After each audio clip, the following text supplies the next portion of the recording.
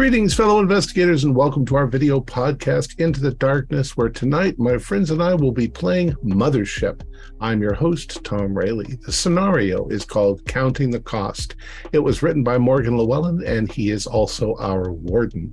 This is a long one-shot, so without any further delay, let's continue our journey into the darkness. Morgan? Thank you, Thom. Traveling through the lonely depths of space is Constellation Accounting Craft 53992.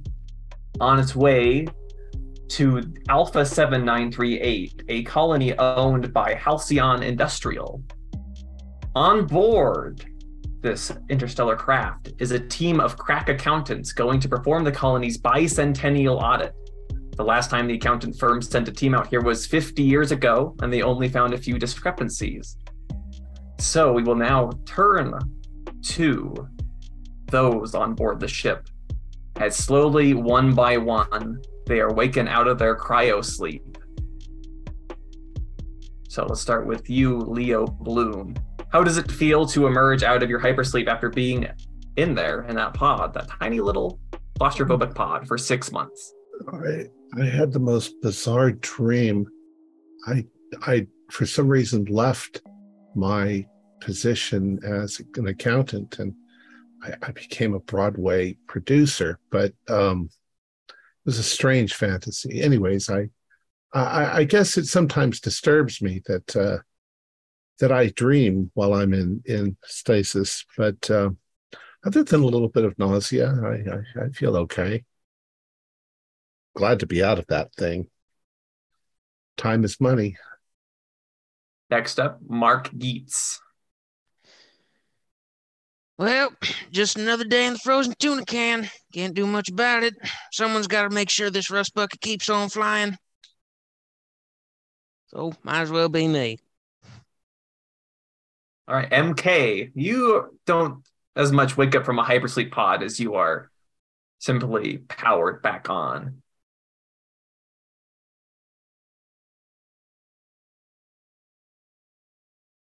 I think he's not powered back on. Oh, oh shit! And it's the slight of the OS hangs a little bit. Slow reboot. Excuse me there. My name is MK Praj X2501Z. I am an accountant specializing in computers. How can I assist you? All right, next up, waking up, is George Metz. Oh, I'm starving. It's been too long since I've eaten, and I really have to use the bathroom. Oh, I already don't get around very well as it is, but the cryo sleep kind of puts a chill in the bones. All right, and Martin Lunig. My apologies. Yes. Cracking all my bones. And you know what? This gives me a good idea for a particularly spicy political cartoon, I think. All right, so the team is all awake, and your happy on board computer assistant says that you will arrive at your destination in 3 hours. Well, that's not a whole lot of time to get acquainted to the space, but I'll make do. Mr. Geets, are you familiar with robot maintenance or synthetic maintenance? I forget they don't like to be called robots anymore. Not too well. I mean, I know my way around a monkey wrench and a Allen, but I didn't really work on too many since. How about the you know anything about the speech centers? Our synthetic is sounding a little bit like an old-fashioned robot instead of like a proper synthetic. I think something might be wrong with its speech center. Oh, hang on, he's doing something. Excuse me, sir. I just had to reboot. I see. I am well trained in artificial intelligence technologies and coding. Good. All right then. We'll test that. Give me pi to the 49th digit. Pi to the 49th digit. Correct. Oh, he's frozen up. Shit. Sorry. It is old technology. I can't calculate that, you know? It takes him a minute. Takes him a minute. That's okay.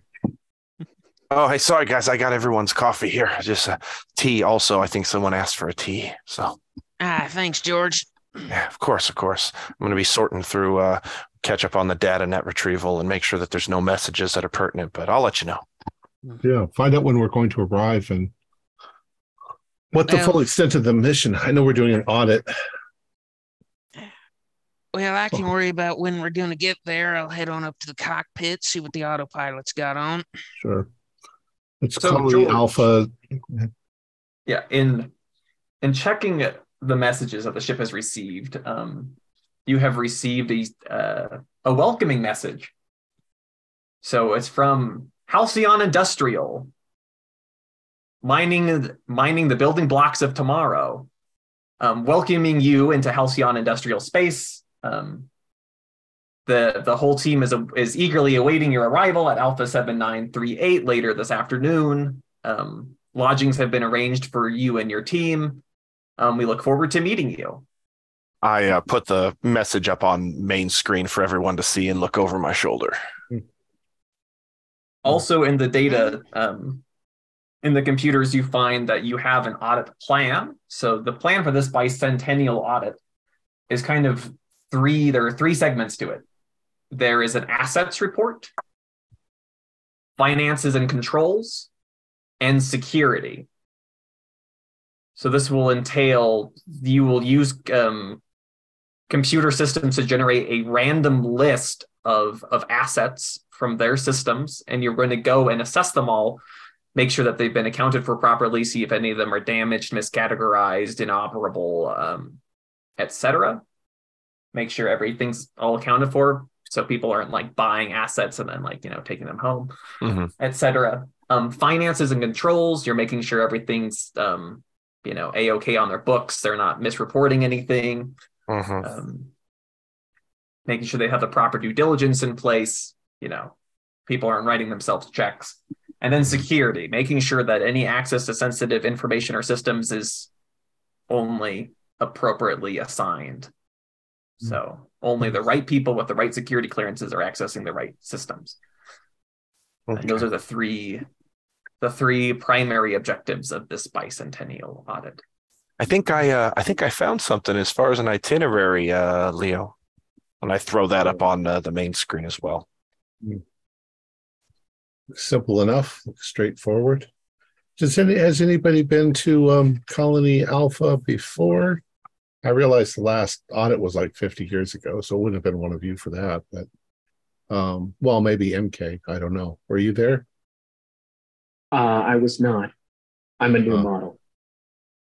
Oh, you're a new model. Could have fooled me.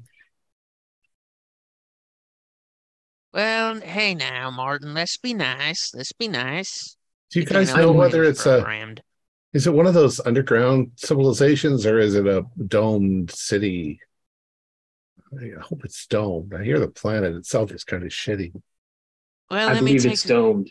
I'll take a look up on the planet side maps. It'll probably show up on the scanner. So, Mark, looking at those navigational data that's being fed to you so you know where to land, it is primarily a dome. There's a central kind of city or habitation block that covers about like 50 square miles. So it's a rather sizable structure. But the mining operation and the networks, the hubs going out to the planet is all basically done through an underground like subway system. Right. Looks like where we're going will be hidden. Planet under the planet, though. They got most of it underground. Well, hopefully there'll be some nice parks or something to walk around in on our breaks. Maybe a nice shawarma place. Well, we'll just have to wait and see, Mr. Bloom. We'll just have to wait and see.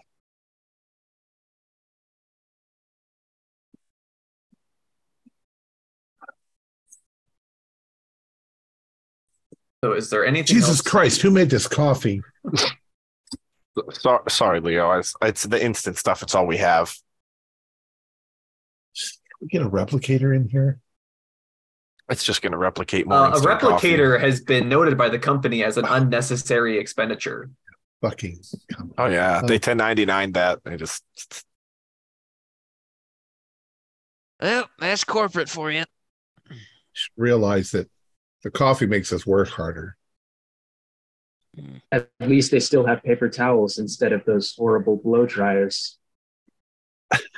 That's true. Although the Yeah. paper towels aren't made of paper anymore. They're made out of, I don't know what the hell it is, some carbon fiber. synthetic, probably. That's why you Recycled protein fibers. That's why you have to keep reusing them. It's made out of washed feces that they recycle into fiber. Well, that's what they make the chocolate cake out of. Yeah. To reconstitute it and be revitalized. Hey, ever since they switched to the poop fibers, the cake has been filled with protein. I mean, it's a win-win for everyone. Mm-hmm. So highly Well, nutritious. If anyone needs Thank God me, they I'll got rid leave of a the copy. toilet paper, though. Mm. Yeah, the supersonic B-Day really was a leap forward in human innovation. I think what really probably caused it was because all of the upper middle management kept getting TP'd on weekends when they'd make us work. So no more TP. I do miss being able to doodle while a poodle, but oh well. I do miss those TP raids. Those were pretty good. Just remember, if you doodle while you poodle, that's on company time and is therefore time theft. Again, chirps in your lovely digital computer assistant on the ship. Oh, of course, I would only doodle when I poodle on my own time.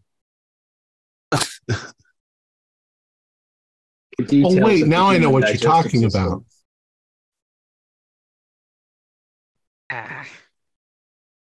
Well, let's get planet side. Let's not keep those minor boys waiting. What's the atmosphere like? It's going to be a rough toxic, landing. Full of toxic fumes from the mining, full of dust storms. A rough landing was putting it mildly. So as you were coming down, Mark, can you roll for me a pilot check? Sure thing. Let's go, Mark. So what do I have to roll? So you are trained in piloting, correct? Mm-hmm. And So vehicle that gives you a plus specialization, 10%. if that helps. Right. So we're gonna add that to so with the vehicle specialization, those compounds, you're adding 25 to your we'll say your speed. Gotcha. How fast you react. So you are rolling your speed plus 20. You're rolling as your speed plus 25. Got it. So that's a fail. That is a 79 over 54. All right. So as the ship starts coming in, it starts having violent turbulence. Buckle And up. It's gonna be a bumpy everybody ride. will make a fear check. As you can't see the ground, you're falling fast. It doesn't seem like Mark has a handle on this, so it's a little unnerving. Okay, fear check. How?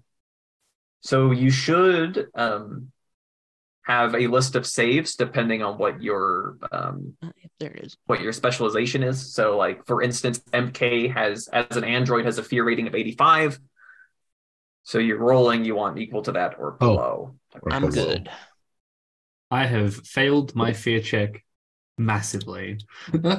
I have feared it a little. I'm good. I rolled under. All right, and anybody who was nearby MK gets a disadvantage, so you have to roll twice and take the worst result because MK is just so unnaturally just serene. As an android, I do not feel fear. Like you're all fearing like you're about to hurtle this planet and die, and MK is just sitting there just with this slight little smile, just So nothing's happening. if we fail, then our stress level goes up 1. It goes up by 1. That's all. Your stress. All right. Well, I'm good. Not the first time I've had a bumpy ride. So those of you who pass, you manage to stay calm. Like it's fine. People do this all the time. Mark is not going to ram us into the surface of this planet. We'll be okay. If you failed, you're feeling that kind of anxiety, that kind of pit pulling out of your stomach. Like, Last time we hired somebody from New Texas. I'm and gonna eventually, ignore that. you hit the landing thrusters, and you slowly kind of land down on this metal plate that's on the surface of the planet that kind of lowers down and then closes off above you. And you have arrived. Ladies and gentlemen, please receive your baggage from the upper containment. We are landed. Please remember to tip your pilot on the way out. We don't tip. You've never tipped him, Mr. Bloom? I tip him every time. That's Oh what my keeps sounds God, like he you in gets the mailroom. I get you're joking. Nobody tips anymore. Are I we know the not paperwork. supposed? I know what he gets paid. This is getting tips. What a rich idea. We're accountants, goddammit, not philanthropists.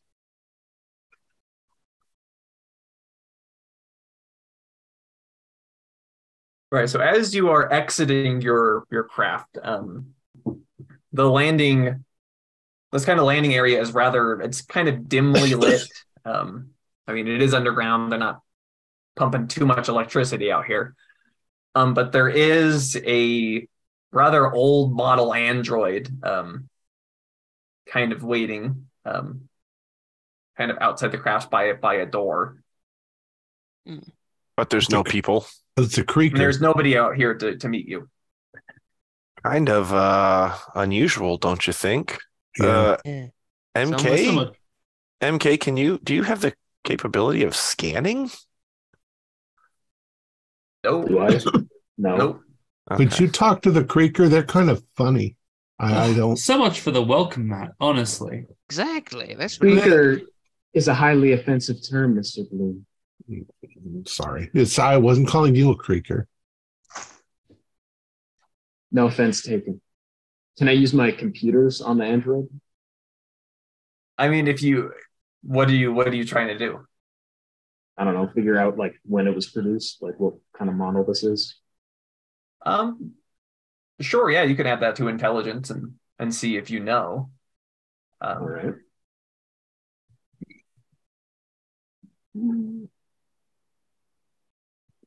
Oh yeah, pass 13.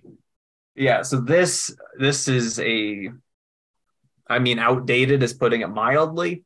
From what you recall about the records, the infrastructure here was last updated about 150 years ago, and that's about when this model was last produced.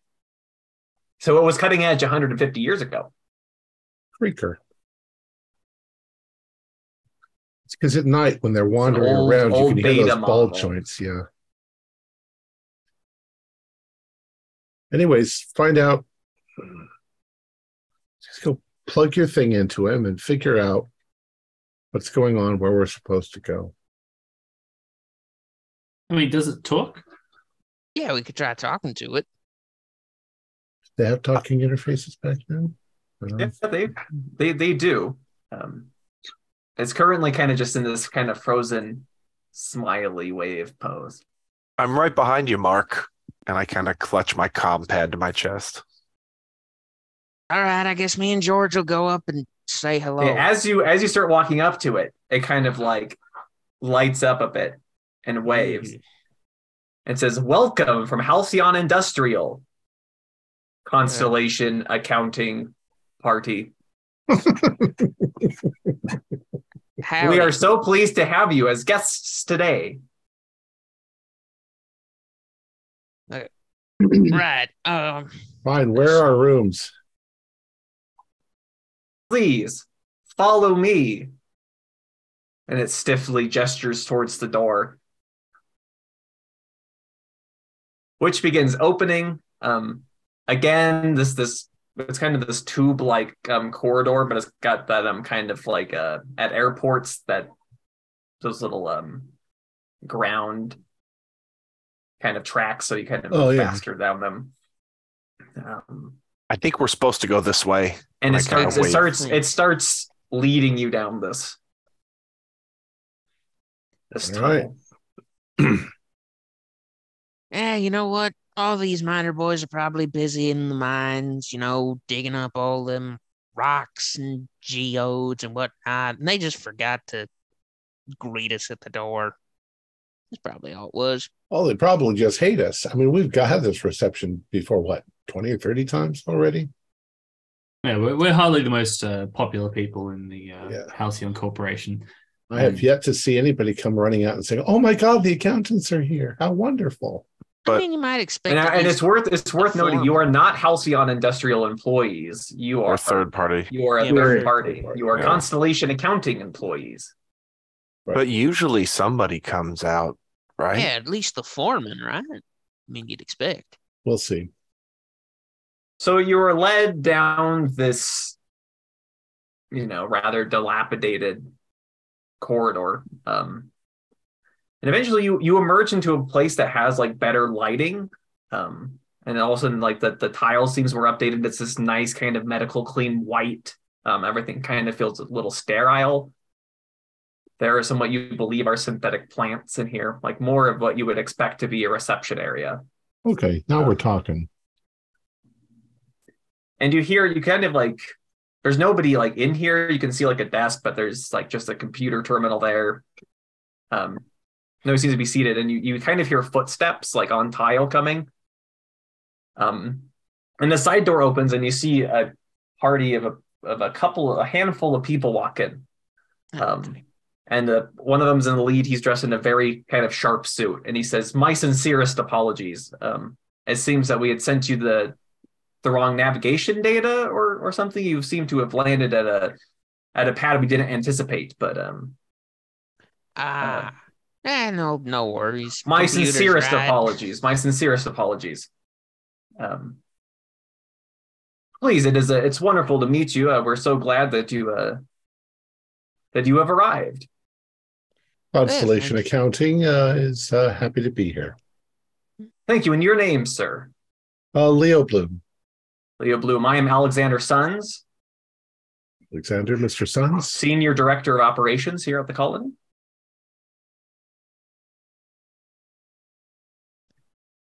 Pleasure to meet you, Mr. Sons.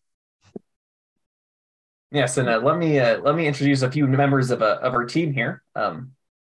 He points to a rather large and stern-looking man who's standing right next to him. This is Solomon Joyce, our Director of Colony Security. Helen Pullman, he directs to a woman to his left.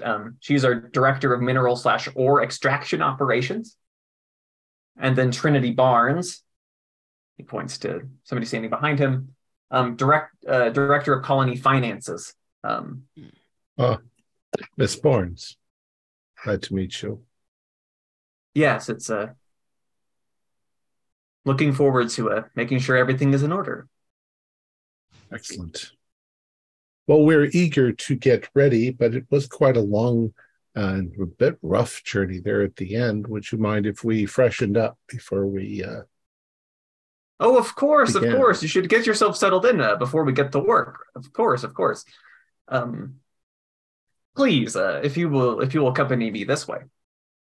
Excellent. And Mr. Sons takes you kind of through a door back behind this desk to a series of elevators. And as you go up, you seem to be going up for a long time.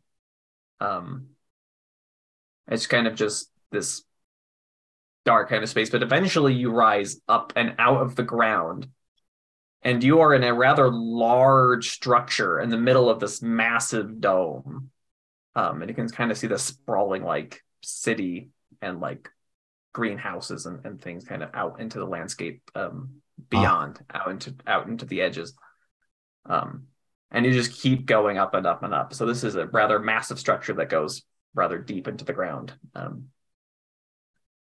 And you stop about halfway up this tower, and he says, "We have some guest rooms for you Excellent. already. I hope they are to your liking. If they're not, you can feel free to contact any member of my staff. Any halcyon industrial employee will be happy to assist you. I'm sure they'll be fine.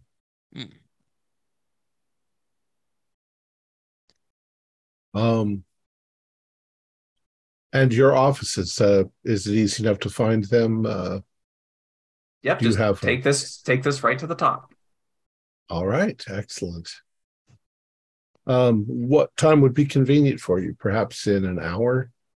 An hour works just fine. All right. All right. Perfect. Marvelous. Thank you very much.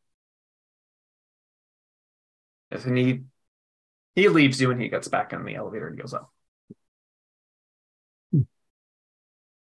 Wonder if he's related to that game designer from 100 years ago or so.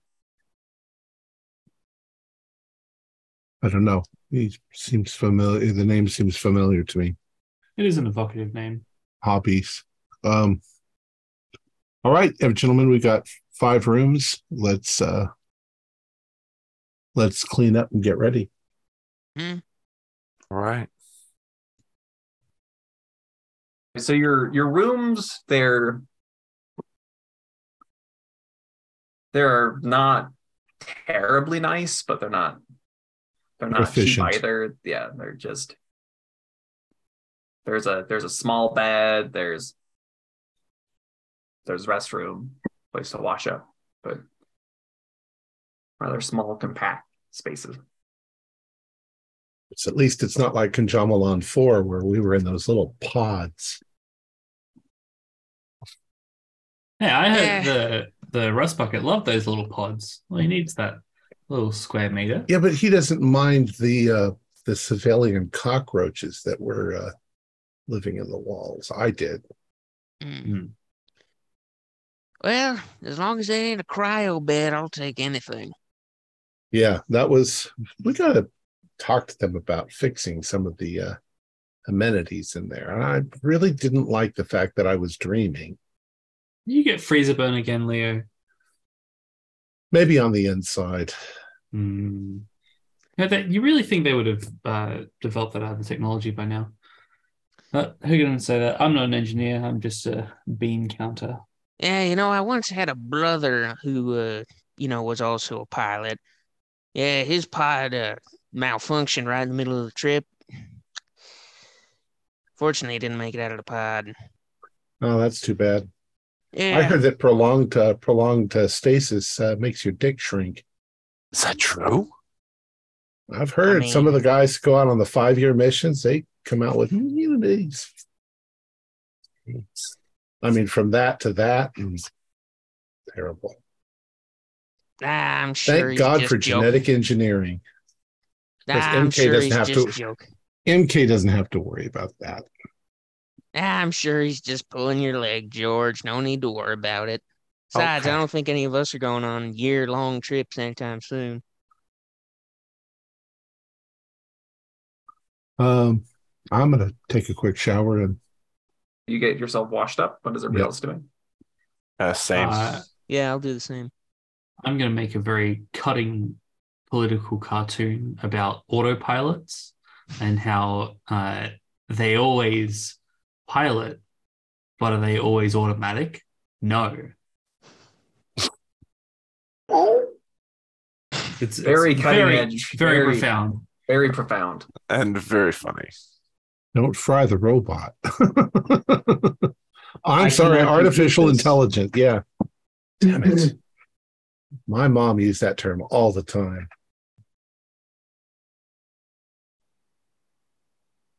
Right, so afterwards I'll meet up with everybody and we can head on up.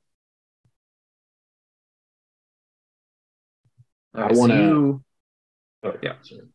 just want to work on my reboot program so I don't have embarrassing impediments while rebooting again. All right, so you spend the hour going through a quick reboot.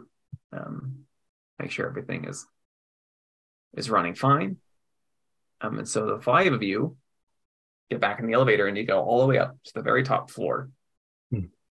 And you go in, and this place looks expensive. I mean, pillars are covered in gold plating. There are high-tech touchscreen electronic monitors pretty much in every wall, massive windows, lots of lighting. You think those are real plants? And again, you see two much newer model synthetics sitting in a very nice, again, another reception desk. It's a little too much gold for my taste.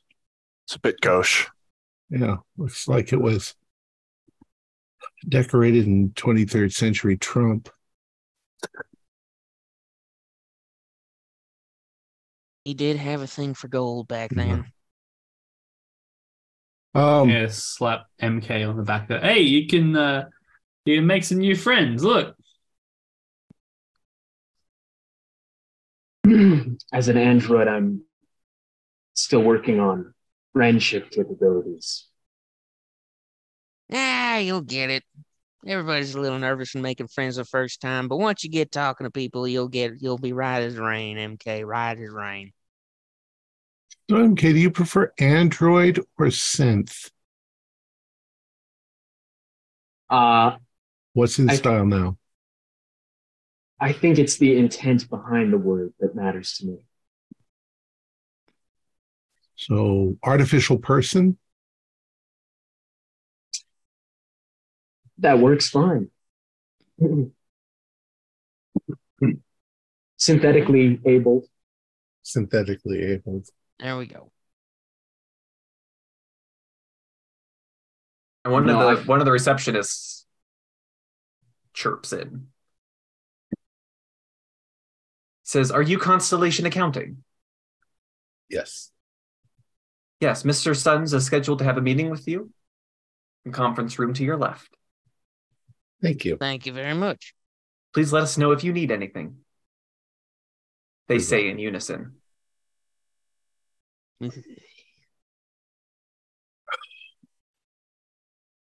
All right, go on in.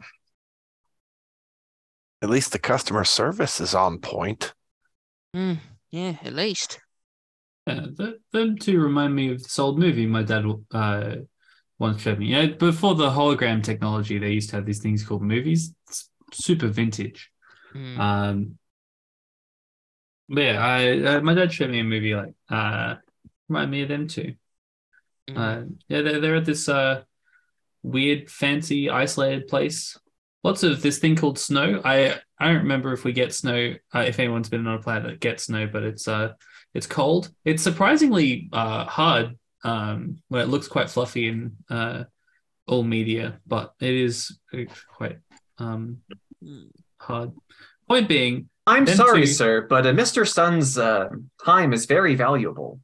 Right, sorry. Please, he is waiting. Yeah, so please, yes. Forgive these us. bots don't appreciate the old arts. I'll walk into the room. Yep. You walk into this room again. It's very well lit. You see at pretty much every seat at the table, there's a little computer terminal kind of coming out of it. Everything's well lit, clean lines, glass, metal, gold. Again, there are what you think are real plants in here, and kind of seated at the head of the table, you see Mr. Sons, who has this very kind of that predatory businessman smile on his face, like he's putting on a show that he's, Do we sit down here? Or do we sit up there? Do you think? Please take a seat wherever you'd like. Oh, he heard me. All right. Sit up close so we can understand and hear him. Yeah, front of the class. Take notes, rookie. I pull out my comm pad and start scribbling. Mr. Sons, I would like to say that you look quite sharky today. Which is thank you. I believe that everyone should carry with them an executive mindset. That's how one navigates through the times in which we live. Indeed. Efficiency, I always say. We pride ourselves on our efficiency, and we hope to get this audit done as quickly and efficiently as possible. I must assure you that we are completely impartial, being a third-party company. We are not loyal to Halicon or to any other company. We will be fair and impartial. We will inform you of any discrepancies that we find, and we will try to resolve them so that we can have a nice, clean accounting at the very end. Well, that's just what I like to hear. So, what do you need from myself and my team? Well, we'll need access to your financial computers and a pencil sharpener. We'll need access to some of your facilities as well, so we can double check some of these assets that will be. Of course, of course. Do you need to schedule interviews with any of my staff? We don't know yet, but maybe. We'll definitely ask questions if we have them. Excellent. Well, please don't hesitate to contact me personally. My office is on this floor. My assistants out front can happily put some time on my schedule if you need to talk to me. I have instructed my staff to make themselves as available to you as possible. In the interim, you should have access to our assistant Hilda, and also you hear this voice kind of speak into the room. Yes, I am here. Yeah, so please direct any questions to her first. She has access to pretty much everything around here, so she's a good. We will probably. I think that we're adjusted, but our circadian rhythms might be off just a bit. Our planets are quite a bit different, and we're used to galactic time currently. I see that we're here. What time of the day is it on? Well, you see, days on this planet are rather long, and the nights feel even longer. It's about, I don't know, 52 hours to a regular 52 hours. A regular full cycle. We're all used to 20. We're all used to 26, so that actually might work out. If we work for 12, take 12 off, work for 12, take 12 off, it divides in evenly. 13. Can you guys do 13? Nah, should be fine. We'll do 13s. Well, excellent. I will let you get to it. Excellent. All right. And he stands up and he leaves rather briskly. Well, he leaves his own office and leaves us in there. Oh, this was you're in a conference room. Yeah. Okay. So I think that we're on the correct schedule at least. So we should have day and night, day and night. No, we shouldn't. We should have day and night, night and day, day and night, night and day. Yeah, that'll work. I think if I'm remembering our list right, we got to check the accounts, make sure nobody's been taking anything out of the pot too early. Right. We got to double check if any information's been leaked from any place. And I don't make sure that everything's controlled, that the assets are being controlled. Right. So we'll need to go into the accounting area and get access to the computer systems. Yep. Well, let's make our way down. Yeah. I wonder if we can just ask the AI to start preparing an assets report. I'm sure it will take a while. Are we allowed to do that? Don't we have to do the work ourselves? Otherwise, the AI could have been programmed to exaggerate the data. Or hide some things that the company wants to keep hidden. Right. We also need to accumulate at least 5,000 credits in bribes by the end of this. Tips. Let's call them tips. See, I told you tip your pilot. You do tips in this business. I don't know what you're talking about, Mark. No, I think we need the raw data files. Yeah. Well, I will if we prepare. get the raw data, I can prepare those for you. Excellent. Hilda Can Gibson. you tell us where the office is where we can do our work? The computer terminals here should have access to all the computer networks that are within scope for this audit. Sure. Yeah, this will work. If you would like to go to the financial offices, they are on floor 5. Okay. Does everybody have their Ticonderoga 3535 laser pencils? Yep. Set on maximum sharpness. Excellent. I got the suede black edition because I'm cool. Well, I'm a bit old-fashioned. We use Garmin font. You know, Garmin. I like Garmin very much. Program your laser pencil for Garamond. Uh-huh. Oh, you've got that southern accent so high. Yes. So, all right. If we generate a couple of tables of assets, then some of us can split off and go get some legwork in going and assessing those, while some people stay here and do the books, and then we can swap around just so no one gets too tired out by sitting looking at numbers all day. Although I'm sure old MK here, let's start nudging him. I bet he could look at numbers all day, couldn't you, champ? Maybe I should hang out with you so we can correct your anti-synth views I've been seeing in your cartoons lately.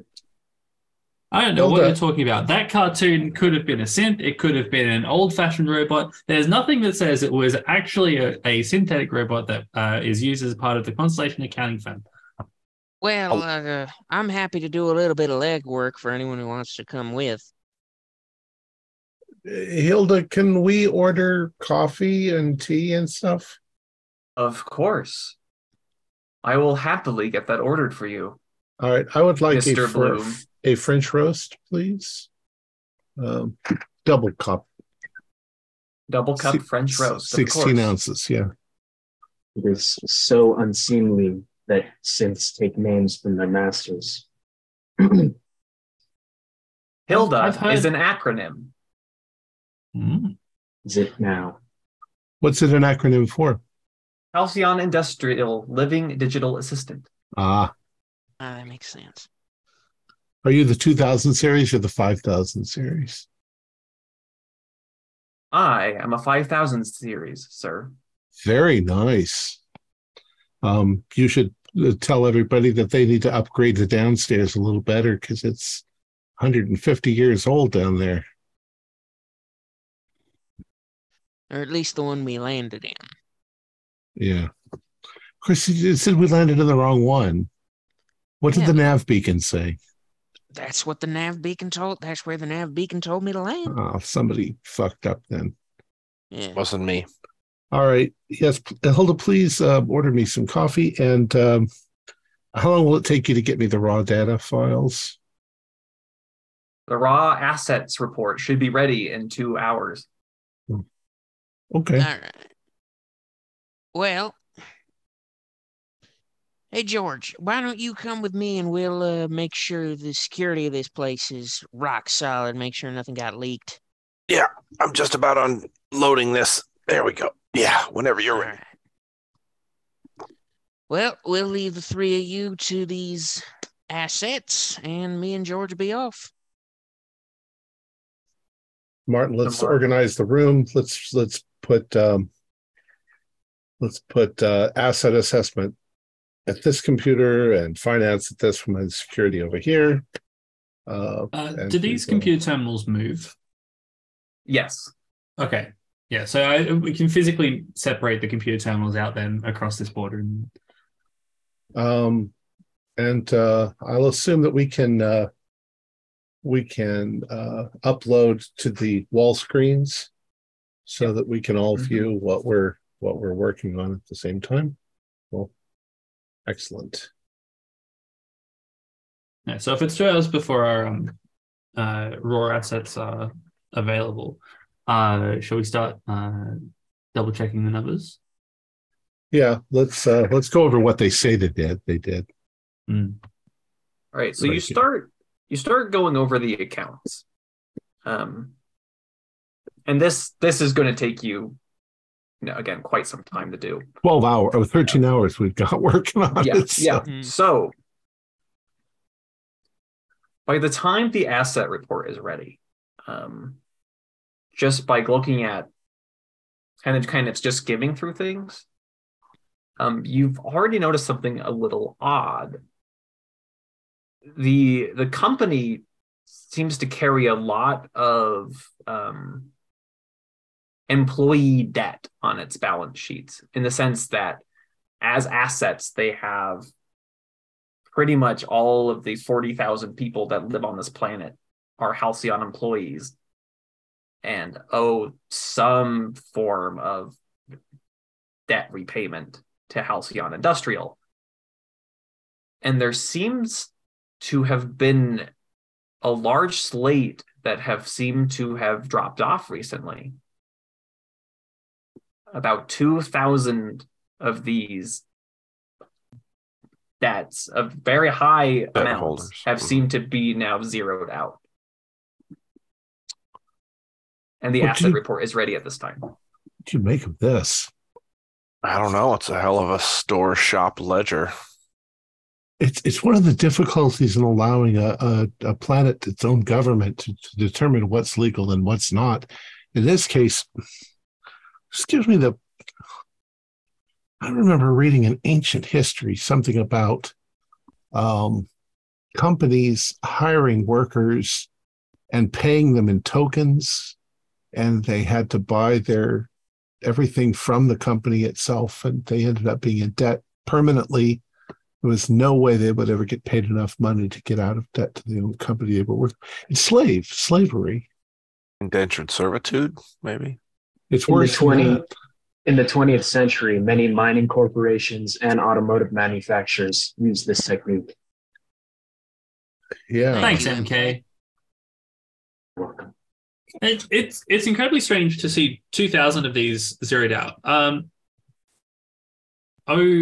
I don't remember what the game master term is in this game. Warden. Warden. Yes. These 2,000 debts, were they zeroed out simultaneously or over a spate of They have happened in clusters. Okay. So you'll get 20 on one day, 150 on the next day, 75, 30, but they've all happened in the last 3 months. Now, does this look like debt forgiveness, or that the person is no longer working for the company? From the accounting books, it is not clear. Fuck. Worth asking, maybe. I mean, I know it's not uncommon practice in some of these companies to, should you die whilst having an accrued debt, that debt just gets passed on to your relatives. So even if these employees have somehow stopped working for whatever reason, that this should still be a debt just potentially moved. Potentially what's happened is they've cloned it and then not marked down that they've cloned it and zeroed it out. And that's why it looks so strange here. But the fact that it's happening in clusters indicates to me that there is some sort of cleanup, or like this is an active process that's currently happening or has just recently happened. Well, how long have concerning to say the least. How long have they known that we were on our way? How long have we been on our way? You've been on your way for the last 6 months. 6 months, yeah. And so started they 3 months ago. might be trying to clean something up that they don't want us to see. Are there? They're going to clean it up with like. Surely it's easy to just falsify your records than to start zeroing out scores of people. This is going to look off to anyone. Well, the problem is that these are data confirmed raw files. You can falsify them after this point, but you shouldn't be able to falsify anything at this point, or you wouldn't actually be keeping track of anything. Hilda, are these in fact raw data that have not been altered in any manner whatsoever. Yes, that is raw data extracted from the accounting system. I could Right. plug you into the accounting system so you could see the same data through a user interface if you would so like, Mr. Blue. Yes, please do that and put it on screen 4. Thank Yes, you. and so it pops up, and you see all of them have been kind of flagged as an asset transferal. So the debt, holding the debt as an asset, has been transferred into a different kind of categorization of asset, as they've been zeroed out as debt. Hilda, do you have any data on why this was done like this? I'm sorry, I'm afraid I do not. Can you show us where this debt has been transferred to? In what category of database? Of Where's that voice course. coming from? Oh yeah, I forgot I left. You see the room. all of these lists, they come up with a list of assets. And a quick spending some time looking, these are the only of these 2,000 transfers that have occurred. These are the only ones tagged this way. They seem to be some unique asset, and it's not entirely clear to you from the codes what exactly it means. But they've turned these accounts into a different type of asset that's kind of uncategorized, but they're the only things that are uncategorized. Are there Paying a visit employment to the payment records that we can look at? Yes, there are lots of. Do they employee continue? records. Do they continue for these people after the debt has been cleared? So doing some cross-checking, you realize that these are just raw numbers.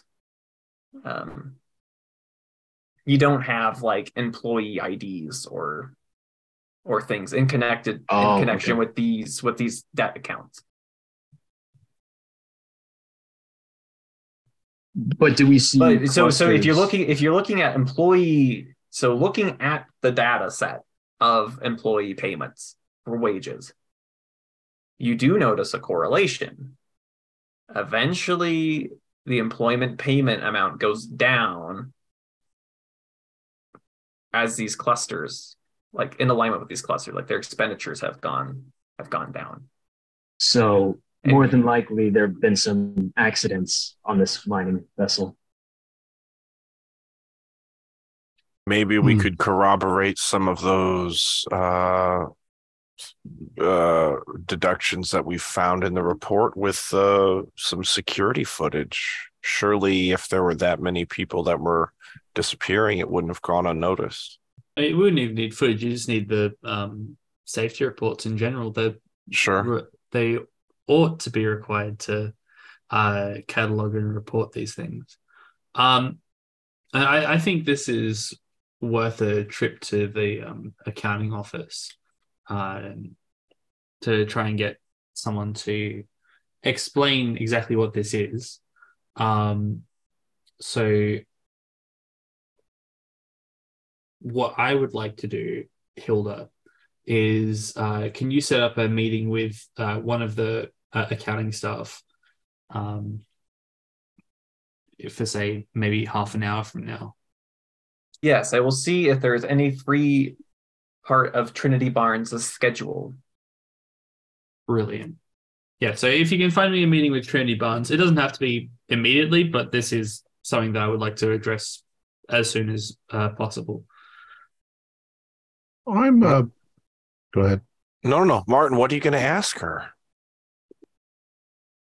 Well, we have 2,000 debts zeroed out in clusters over the last 3 months, which correspond to the time that we've been traveling to this colony in order to perform their audit. I just want to know what they say has happened. Sure. I know that flesh-abled individuals are much physically weaker than us synthetics. perhaps it would be a good idea for me to investigate the locations of these accidents.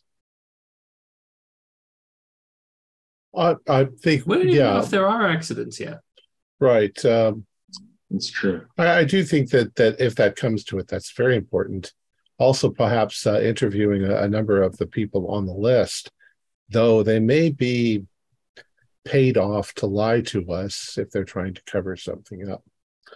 I have a question for you, MK, something I've never asked before, and it's really none of my business, and you don't need to answer, but I'd appreciate an answer. You, being a synthetic, have different needs and wants and desires than somebody made of flesh. How are you compensated by our own company, Constellation Accounting? Obviously, you don't buy food or... I have an inherent desire for accounting because accounting is, and economics in general, are the methods through which human activities, human wants and desires are turned into the desires of computers.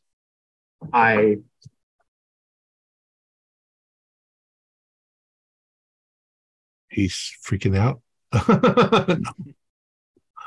Sorry. No, that's okay. What I mean is, how are you compensated? We're all compensated financially. Do you also have? I'm not financially compensated at all. Maintenance, all those things are given to me free of charge. But So, I am. So we can assume then that the employees here, the employees that are humans, are compensated. The employees that are synthetics are not, at least not financially. What if the people are being replaced by synthetics? So, following that line of reasoning, you go check assets, and you find asset records for synthetics, and they are labeled a certain way. They have a certain prefix, so much like it's MK-Proj-X. Like there is a little prefix to all the synthetics. You look at these closed accounts; they are not tagged the same way. So none of them are synthetics. None of them are. They're not. If they are synthetics, they are not tagged as such. If that makes sense. And the way that they are in the system, they are uncategorized. They look like they're each a unique object. Like they don't have a prefix. Oh, so you think that in some sort of debt clearance scheme, these people have uploaded themselves onto synthetic computer organisms? Ooh. I don't know if we're actually able. They would be quite advanced if they were actually able to do that. I think only billionaires can afford to have their engrams uploaded onto a synthetic. The 5000 series would be receptible to a human consciousness. I'm just thinking that it may be that we might be running into a situation where people and or synthetics are being exploited in some nefarious manner, not unlike your mining operations. Is that really our concern though? Like our job is to balance the books. You know, I don't. As nice as it would be to have this altruistic, save the world. If these people are being exploited, unless we can find specific evidence of it, I don't know what else we can or really should do. Well, I mean, if it's a violation of intergalactic law, then we can't be part of covering up, even accidentally, that something like that is going on. We have to bring it to the light. And of course, you're right. I mean, it's other judicial systems that will have to pursue that. But that would shut our audit down completely. We would have to say, we're sorry. We have to alert the, that puts us in danger. Hey, Leo, could you roll intelligence for me? Percentage intelligence. I missed it by 3 points. Okay. Yeah. So as you're speaking about criminal charges or perhaps any violation of law, there's something kind of like prickling in the back of your mind, but it doesn't fully coalesce into anything right now. It makes me think that if we run across this sort of stuff, they welcomed us really, actually better than you think, considering the sharky nature of the man. But I think I have an idea.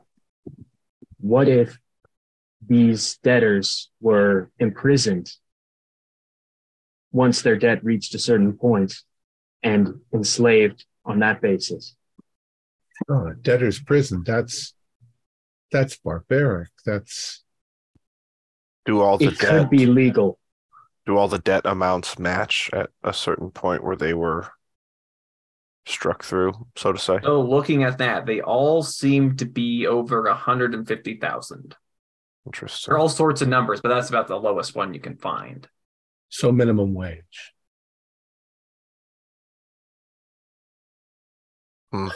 Maybe we should talk to some of these people. I think they might, if they're available. But we didn't have employee identification though, did we? You don't at this time. No. Like we have individual like instances of debts, but not who exactly. And the difficulty you have is you have these accounts, but again, they're just account numbers. They're not. There's no names attached. You have the employment payment, but that happens every 2 weeks, and so you can see decreases in the payments going out with these kind of clumps that have happened, but they're not individualized. You can't see like we stopped paying so and so, so and so, and so and so. It's just like that expenditure account of employee payments. Our payroll, it's a lump sum, and that's just been decreasing. Would there be any way to get that sort of data if I like hacked something? So you can roll. You could try asking, but I assume by the hacking question you don't intend to ask. Well, it would alert the management. So you want access to employee records without alerting anybody that you were doing so. Yeah. At this point, Leo, that idea that was percolating in the back of your mind, you realize you've been having this discussion about possible criminal charges in the presence of Hilda, who is in this conference room listening at all times. But MK, you can make a hacking roll. You are familiar enough with systems and even interfacing with Hilda as another artificial intelligence to try to get things that you are not supposed to have. Oh, so I can also possibly purge the record of this conversation if need be? You could try. Okay. Yatai. Okay, 41 is a pass. Oh, yeah, baby. Okay, so you start looking at access records first. You're trying to find the memory of this conversation. Realize that another user has accessed this memory feed before you. Right around the time you began your audit, a user that Sons A has begun listening, and same with a Joyce S have both been listening in to Hilda's memory streams. And you do gain access, unrecorded access to the employment records. So do we have records that these people are fired at the points where their debt accumulates? You start looking for employees who are no longer, who have like been terminated or otherwise reassigned. And yeah, you come across about 2,000 of them that That's have been convenient. their position. They have not been terminated, but their positions have all been changed to the term corpus societas. It says.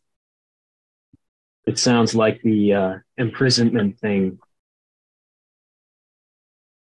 happened. Corpus societas, that's a group of bodies in Latin, something like that. Yeah, something like that. Gentlemen, it is currently halfway through our shift. I can order, it looks like we're going to work through, so I can order some Edo disc, maybe with slig and mushrooms. Sounds good. Yeah, slig. That's something I haven't had in a very long time. Oh, it's delicious. Ever since they genetically manipulated pigs and slugs. Not a very pretty animal, but it's delicious. Yeah, I'm sure it's full of protein too. Oh yeah. So I'll order a couple of pizzas, which we don't call them that anymore. We call them Edo discs, but slig and mushrooms. Anything else? I'm fine with that. Bell peppers.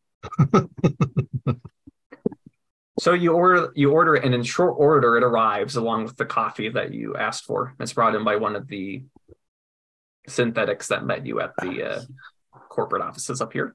Thank you. We ordered the coffee like 2.5 hours ago. Yeah. They're sending you a message. I mean, we don't have to worry too much about what we've been listened to because they're auditing us. But we should.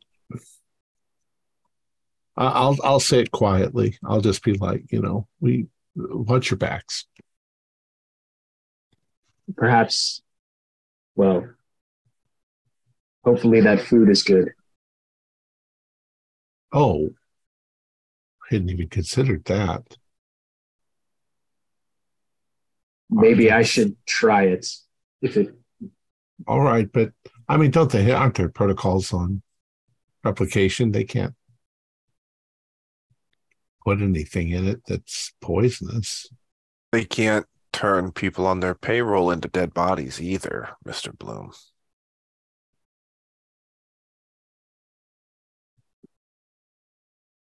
I knew that Starkwith should have been the people sent on this fucking assignment. You all willing to give your lives for your company? If it'll get me on the team.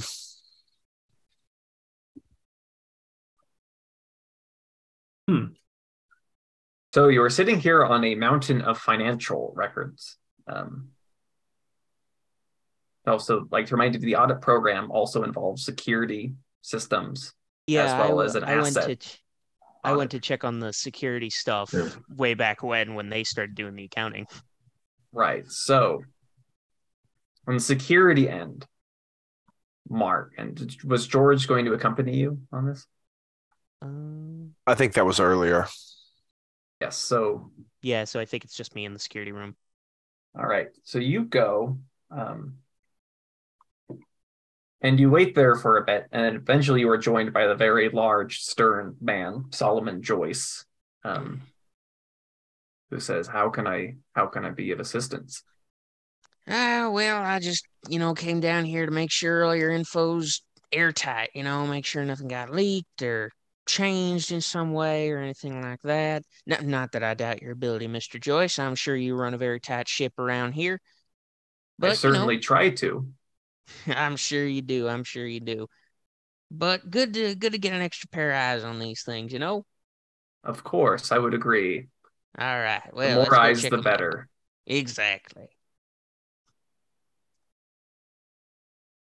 So you begin looking through access report, logs, permissions, and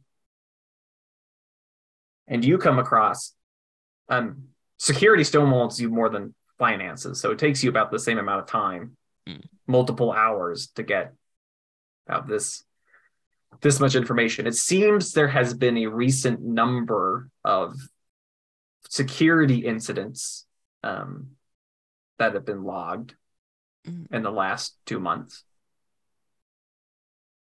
There's also been quite a lot of access, and there's a few accesses that are coming from like a general like root admin account that aren't tied to any user. So it means that somebody has been getting in here quite often in the last 3 months and has been tinkering with things, but anonymously, which goes against protocol. Everybody's supposed to be logging in with a unique user. So everybody, it's accountability. It's an accountability issue. Numerous accesses with this root user. What are these security incidents that have been logged? Like disappearances, fights in the mine? You just see that they've been logged. They don't go into the detail. records that Mr. Joyce is showing you here don't actually show details of what the incidents were. So, Mr. Joyce, what's with all these incident reports? Quite a lot of them. Well, I do believe that is outside the scope of your audit, is it not, Mr. Geets? Well, I mean, depending on what the incidents were, I mean, we could have a breach of private information for your company, and, well, that is my job to know. Well, you may be happy to know that none of the incidents involved any electronic systems carrying sensitive information, Mr. Geets. Otherwise, they would have been logged as incident breach, and you would have access to it. As you can see, there have been no information breaches. Now, I don't know about what the audit boys are up to these days, but I've never known them to get involved in day-to-day matters of colony policing and Fair security. point, Mr. Joyce. That is your job after all. That's why they hired you on. Let's continue. All right, so what are incident reports? What was the other thing? And then a lot of accesses being done by a generic admin user account. So it's not clear who has been who's been doing these actions. Again, they're really hard to pin down. It's like people have been adding code to Hilda, like a lot of code to Hilda. Could I try a computers check to see what kind of modifications they might have made to Hilda's programming? You're going to need hacking, because they are not giving you open access to exactly. They're giving you logs of things. They're not actually giving you the detail, like full details of exactly what actions have transpired. Gotcha. I'm assuming we all have kind of like communicators to keep in touch with each other. Yeah, that's reasonable. So I think Mark will kind of get up from the computer. Excuse me, Mr. Joyce. I'm gonna need one of my co-workers, I believe. Co-workers, yes, that's the word. Thank you, Mr. Joyce. Or associates works too. Co-worker, associate, tomato. And then I'll get out the old communicator. Hey, numberheads, I need some help down here in security. Yeah, what's up, Mark? We got some unknown root admin getting into Hilda's programming by the looks of it, but can't really seem to get down what they've been doing to her. If one of you could come down and help me figure out what exactly they've been up to, that would be very, very helpful. Does anybody have hacking? I do. It's pretty computer savvy. I happen to be as well, but seeing as MK already has some experience with these systems, I think it's best to send them. I am skilled in artificial intelligence technologies. Excellent. Well then, head on down, MK. We'll roll out the red carpet for you. Yeah, don't fall in love with Hilda. Yeah, I agree. Be careful, MK. I will go down to the security office. So you go down to the security offices. And again, you meet the very icy Mr. Joyce. Good to see you, MK. Good to see you, Mr. Joyce, MK. You bet. Perhaps all right. we should have a private word, Mr. Dietz. Yes, I think that would be very, very good, MK. I think that would be most excellent. If it doesn't upset you too much, Mr. Joyce, to exit the room for a moment. I'm going to stare at him. And he'll politely smile, and he says, "Well, you have been given a conference room upstairs. I'm afraid I cannot leave you unaccompanied in the security offices. That goes against company protocol, as I'm sure you're aware." And he smiles again. Fair enough. Fair enough. Well, MK, let's get to work, shall we? Okay.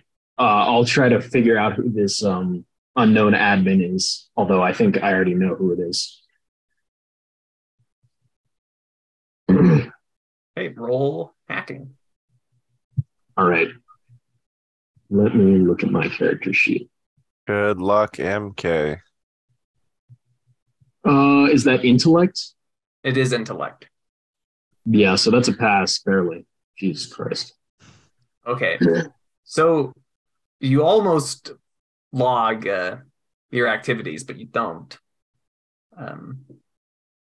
But you find that whoever's been uploading these updates is somebody named Dr. Nigel Hawthorne.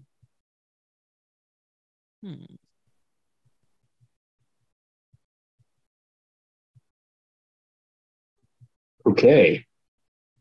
Perhaps we should head to the conference room if you're done here, Mr. Dietz. Yeah, I think that's everything. There seems to be no breach of security in terms of information. So, yeah, that's about all we need from here. Thank you again, Mr. Joyce, for your time. Of course. Anything for our good friends at Constellation Accounting. And we'll be on our way back up to the conference room. All right. Is there like an elevator? Yeah. So in the elevator, I'm going to tell Dietz. The unknown admin appears to be a doctor. What was his name again? Nigel Hawthorne. Hawthorne. Nigel Hawthorne. We've identified several discrepancies with the employee payment scheme and indebtedness. It appears that several employees have become corpus societas, whatever that means. That sounds like something Lee would know. He's into that old-timey language. The societas in Latin referred to a corporation or business group. Well, corpus sounds an awful lot like corpse. Body. A body. Alive or dead. Don't tell me we got zombie bankers. That would be bad. Regular bankers are scary enough. It may just be a fancy word for a slave. Could be. You know, that's why I like you, MK. You keep me grounded. Even though I'm a pilot. I know that doesn't really make sense, but I think you got it. You're right. It doesn't make any sense to me. You got it. Hey, so you were all back together in the conference room. All right. Remind me never to go down into the security room again. That Joyce fella gave me the heebie-jeebies. We're just glad you're back. Oh, well, what I gathered, there were a lot of security breaches that didn't show in what detail these security incidents were, but there was a good couple of them the past three or so months. And apparently there's been some strange admin access on Hilda, adding new commands to her coding, stuff like that. And that's happened in the same 3-month span? Same 3-month span. That's dangerous. Yeah, and apparently from what MK said, the other strangeness has also been happening in the past 3 months. Hilda, can you identify a Dr. Nigel Hawthorne? I am sorry, but details about individual employees or other associates of Halcyon Industrial is outside of the scope of your audit. I am sorry, Mr. Blue. I wonder if that's one of the recent changes to Hilda. Well, We Hilda, have employed. can you tell me if he is indeed So an you- employee of the company? I'm afraid that is outside of the scope of your audit. But MK is already has hacked into the employee records. And so looking for Dr. Hawthorne there, you find that he is in fact not an employee, but he is a contractor. Interesting. Hmm. And he started on the payroll about 3 months ago. Who are Okay, his so- employers? You see that he is employed by Gaia Research Group. What Oh, are they Gaia. known for? Not familiar? Well, Not they're really. Earth-based. Remember Earth? Oh, No. yeah, that's what they named New Texas after. Yeah, I remember. But Hilda, do you have any updates on my potential meeting with Trinity Barnes? Yes, she should be able to meet with you shortly. Brilliant.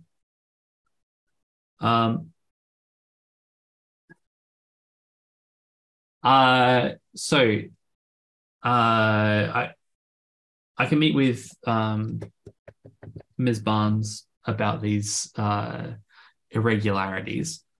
What I'm looking for a bit of input as to what else I should talk to them about, because me walking in and saying, "Hey, what's with all these irregularities?" is probably not going to be conducive to a successful outcome.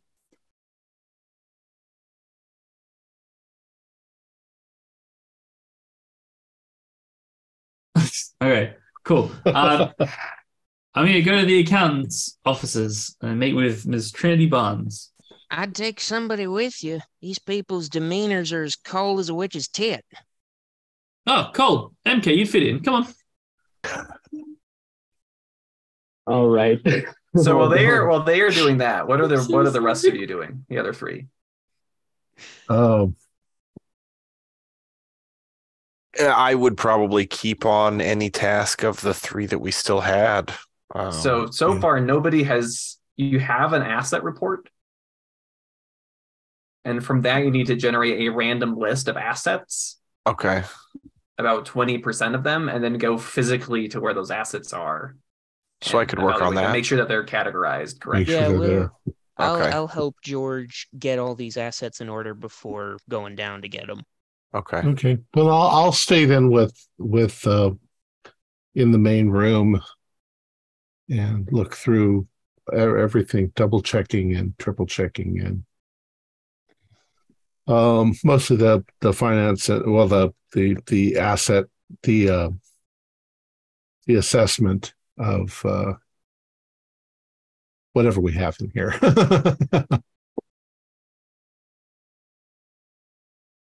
Okay, so Leo, you're staying here. Yeah. What I want to do is I want to find out if we're making a mistake. Because sometimes you look at the books and it looks like there's something funny going on. And then you find another piece of information and suddenly it's like, oh, okay, well, that explains everything. Mhm. And Yeah, I think the people staying in the conference room are myself, Leo, and George. And then MK and Martin are going down to accounting to meet up with. I think you and George are going to actually go find the assets. Yes, you're going to have to be shown assets on the book, and So make sure that Leo's they're gonna being be alone in categorized the conference correctly, room. making sure that they don't need to be written off or anything like that. Like Make sure that they can here. actually be located, like you don't want. Sure. Right. something that's, an expensive asset that can't be found, because that's a problem. EX19473G.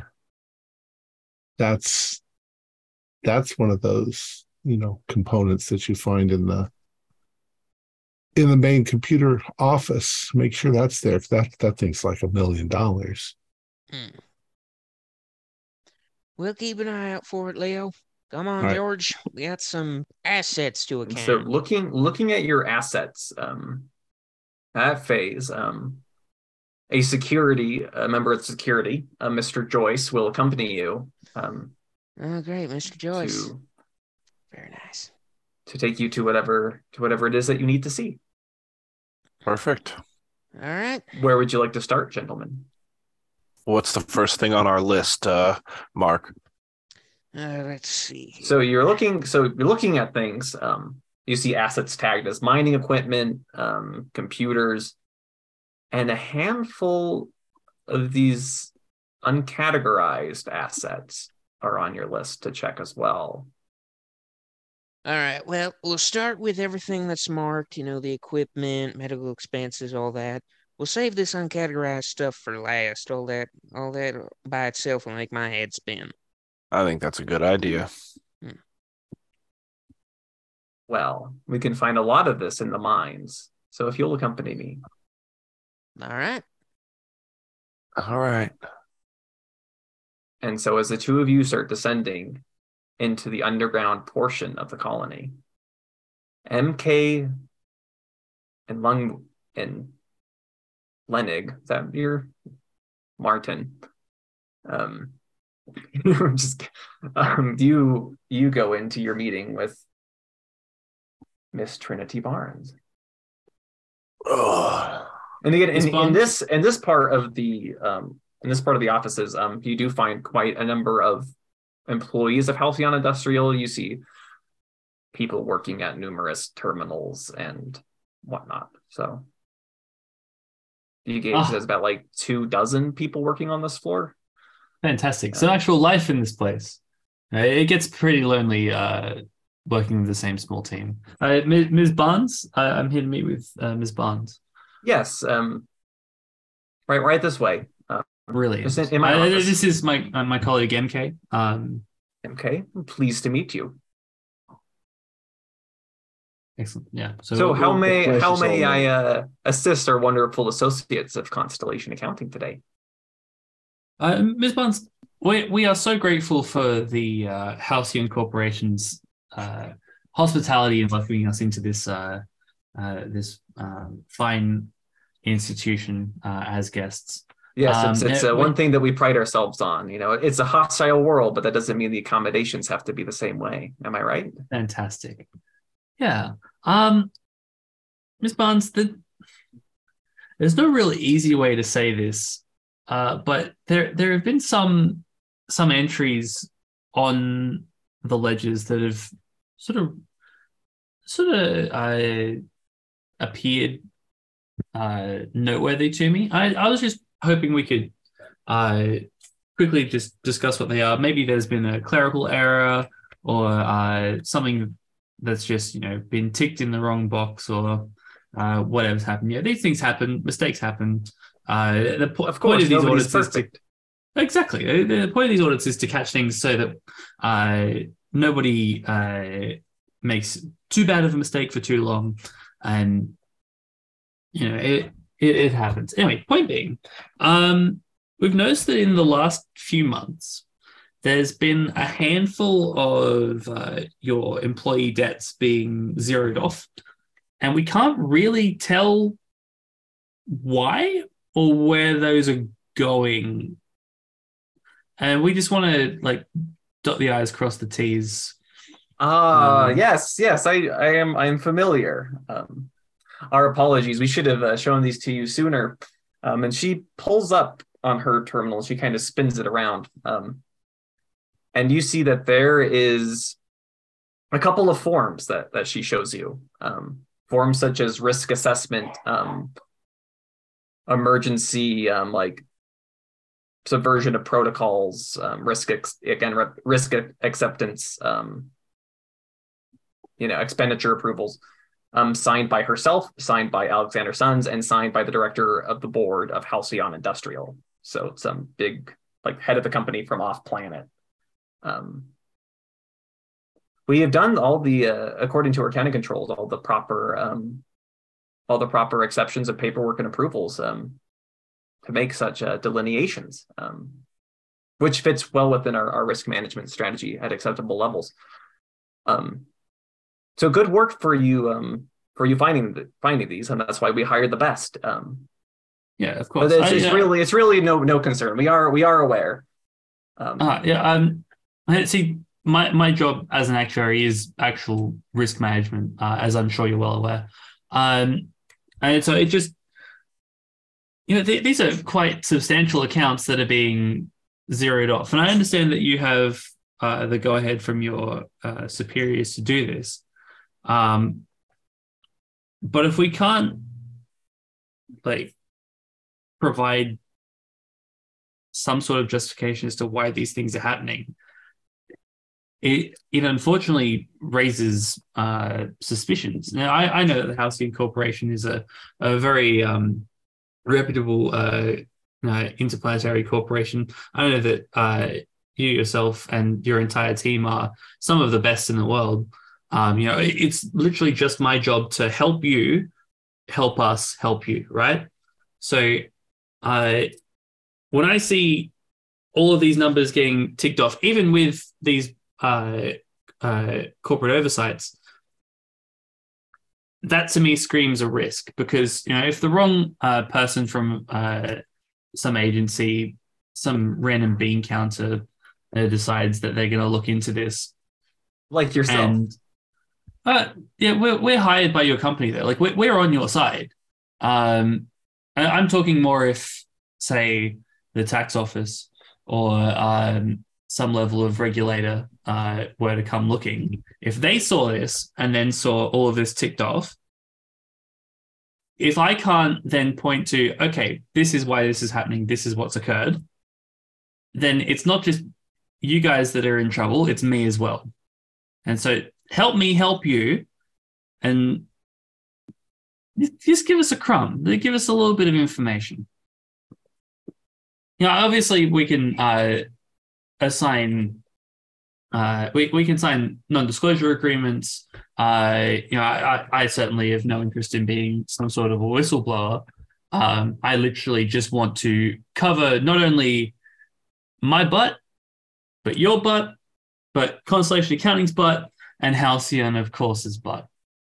There is just a little bit. We need a little bit of movement here. Otherwise, I'm afraid that we're all in trouble. Yes, well, I can certainly appreciate your thoroughness, and I do believe there is an NDA in place for all of our audits. But if you'll just give me one moment, and she flips a switch on her desk, and you kind of hear like this hum of electricity. She flips another switch, and you can see that she's talking, but you can't actually hear what she's saying. And then she flicks them both off. She says, "Well, I just spoke with Mr. Sons, and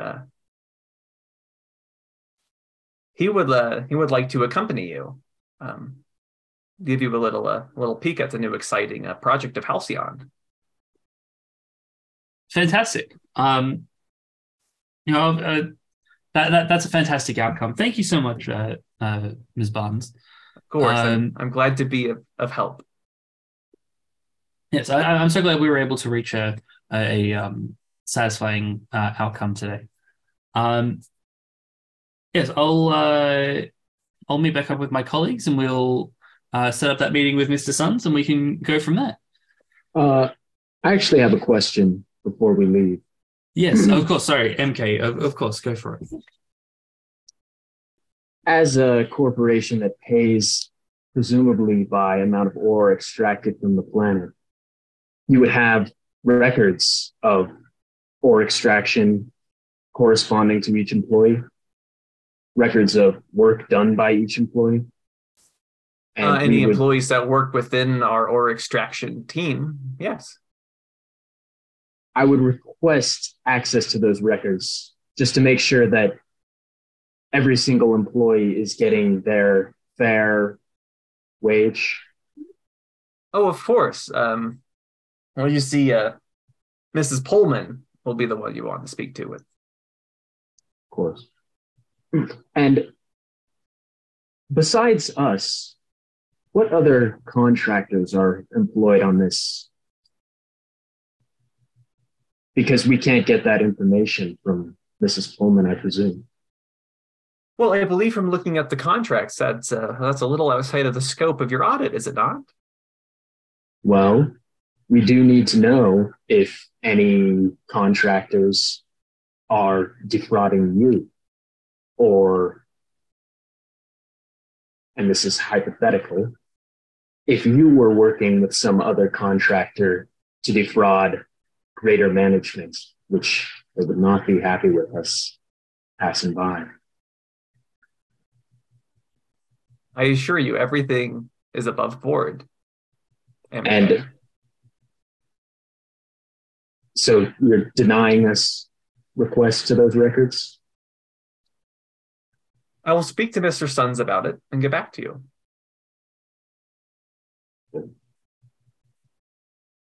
And with that, we'll take a short 5-minute break. Excellent. 5 minutes later. Okay. So Geets and George, you were descending ever deeper, deeper, all in the nice presence of Mr. Joyce standing behind you both. A good head taller than either of you. And you reach, you watch slowly as the city below you gets closer and closer, and then towers above you, and then disappears as you go into the ground. And you stop, and he escorts you out, and you see you're kind of in what looks like a little like metro station. And coming down from another corridor, you see 5 armed Halcyon industrial security personnel. Dangerous tunnels, Mr. Joyce? There's nothing to be worried about, Mr. Geets, I assure you. Well, if It's you say so. just routine. It's for your safety. Well, I appreciate it, Mr. Joyce. And Mark, we don't want the bean counters to wander off and get lost. Miners can be a rather rough bunch of people, That's true. That's very true. Before I got hired by a Constellation accountant, I was a bit of a starship driver on one of the busier planets, and believe me, I had some pretty rough customers back in my day. Well, don't worry. Don't worry, Mr. Geets. And you, Mr. Metz, was it? Oh, yeah, that's right.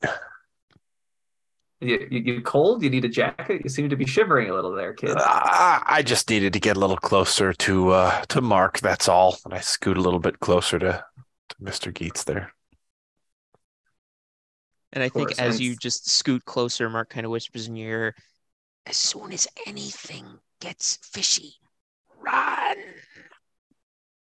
Where are we gonna run to? Back to the elevator.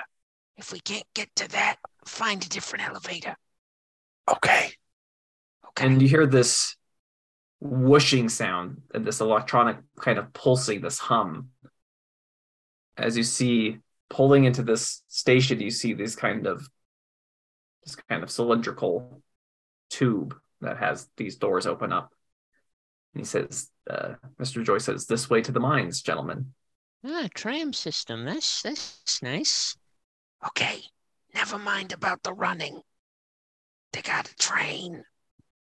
Yeah, I'll have a ticket ready for you. Thank you. Really appreciate it. I'm really worried about a ticket if we start running for our lives down here in these goddamn tunnels. All right, Mr. Joyce, let's go. So Joyce, the 5 armed personnel, and the 2 of you get on this train, and you are the only ones on board. And the doors shut, and you start going off through the darkness of the tunnels. Slow day in the mines. Saving on labor hours, I guess. I guess so. Well, So, production has been reduced, Mr. Joyce says. Oh, how so?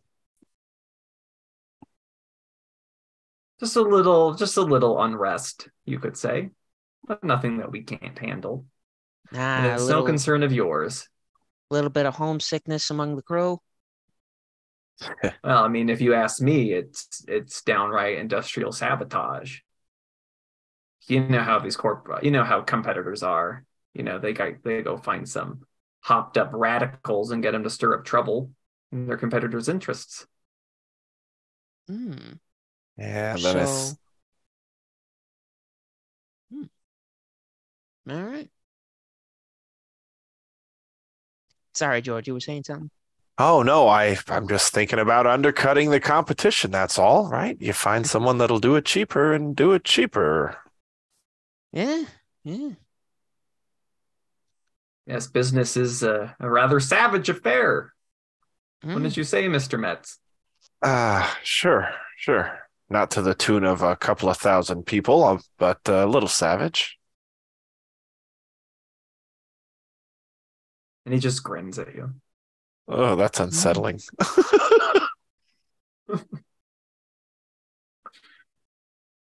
MK, Leo, and Martin.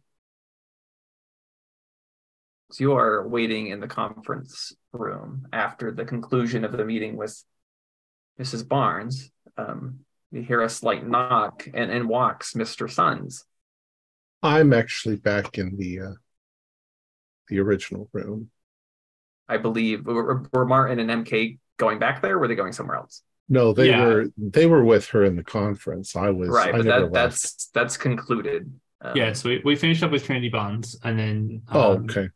Yeah, So we you went came to- back we to were where I going to was. circle up with you guys, All right. and then meet Mr. Sons. Okay. Yeah, so so Mr. Bloom, you were there, MK and Martin return. Right. Going over the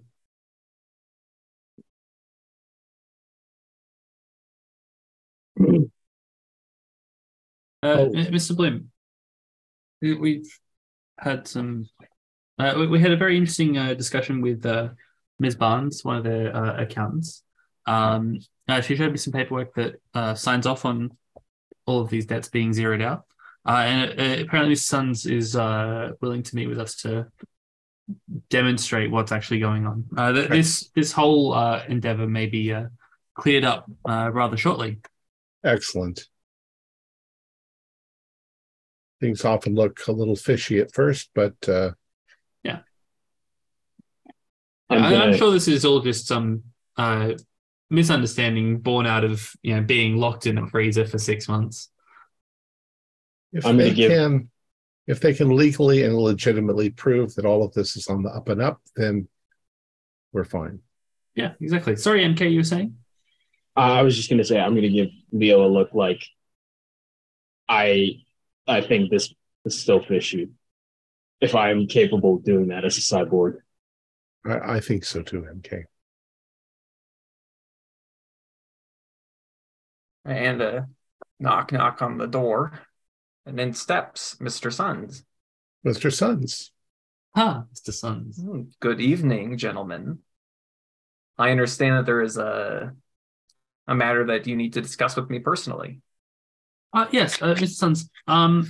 So we were poring over the financial details of the organization, as is our job as part of the audit.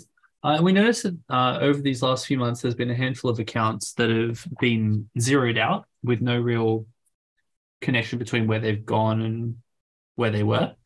And it, as an actuary, risk assessment is literally my portfolio, and it raised concerns to me about if we were to sign off on this audit and say everything's above board and leave, if some regulatory office were to come through and do their own audit and they saw the same things that we've seen, they would ask some questions about where these things are actually going. I spoke with your employee, Ms. Barnes, about this, and she did show me these paperwork that signs off on all of this happening, which is great, but it doesn't justify these accounts getting zeroed off. It just merely says that you're okay with them getting zeroed off, which doesn't really dot the I's and cross the T's for our purposes, I'm afraid. So I don't take that you're a man of faith, Martin. You're more of a seeing is believing type of man, yes? I do prefer factual evidence, yes. Yes, and he goes and he kind of looks out the window. And he says, this room is awfully stuffy, don't you think? I always feel it's difficult to have conversations, important conversations happening while one is standing so still. Wouldn't you agree? Sure. Yeah. I hate sitting in. Yes. Don't give me a maybe, Martin. Come on. A yes or a no. Are you a man of movement or are you a man of stability? Of stasis? I regret to admit that I am indeed a man of movement. I don't like to sit still terribly long, which makes my job as an actuary a bit difficult. But you are a man who sees. You are a man who moves. You are a man who acts, Martin. Those are good traits in a man, I think. Mr. Bloom. We have been locked up in this room for quite a few hours now. Are you suggesting a walk? Yes, let's walk and chat, shall we? Sure. And MK, you're welcome to accompany us, if you so desire. It's at this point I would like to just clarify a little bit about the world that we're in. So MK is a synthetic, would have some level of communications technology installed into them, I would imagine, yeah. What I wonder is, are they connected back to our ship in some form? Or would we be able to communicate with our ship with like you would be able to communicate back to your ship through electronic means. MK could do so more subtly, I think is perhaps what you were asking. Yeah. Because I as much as I have faith in Mr. Sun's brisk walk through the valley of understanding and information, I do feel like it is good to have a contingency plan in place if we are to accompany him on this journey. And so I think what I'll say at this moment out loud to everybody is, brilliant, we'll join you on this walk shortly. I just need to sign off on my activity report for the day so that our employee knows what we've done, and then we can join you immediately as like an insinuation that we should send some data back to the ship just in case. Sure. Please. Yeah, so I'm just going to write a quick log and send it to the ship. This is what we did. We investigated some account zeroing, spoke with the accountant, and then met with Mr. Sons. And then, like all good logs, it leaves off what happens when we meet Mr. Sons, because we're doing it beforehand, not after. You understand, Mr. Sons, we need to do a tracker because we don't get paid to walk.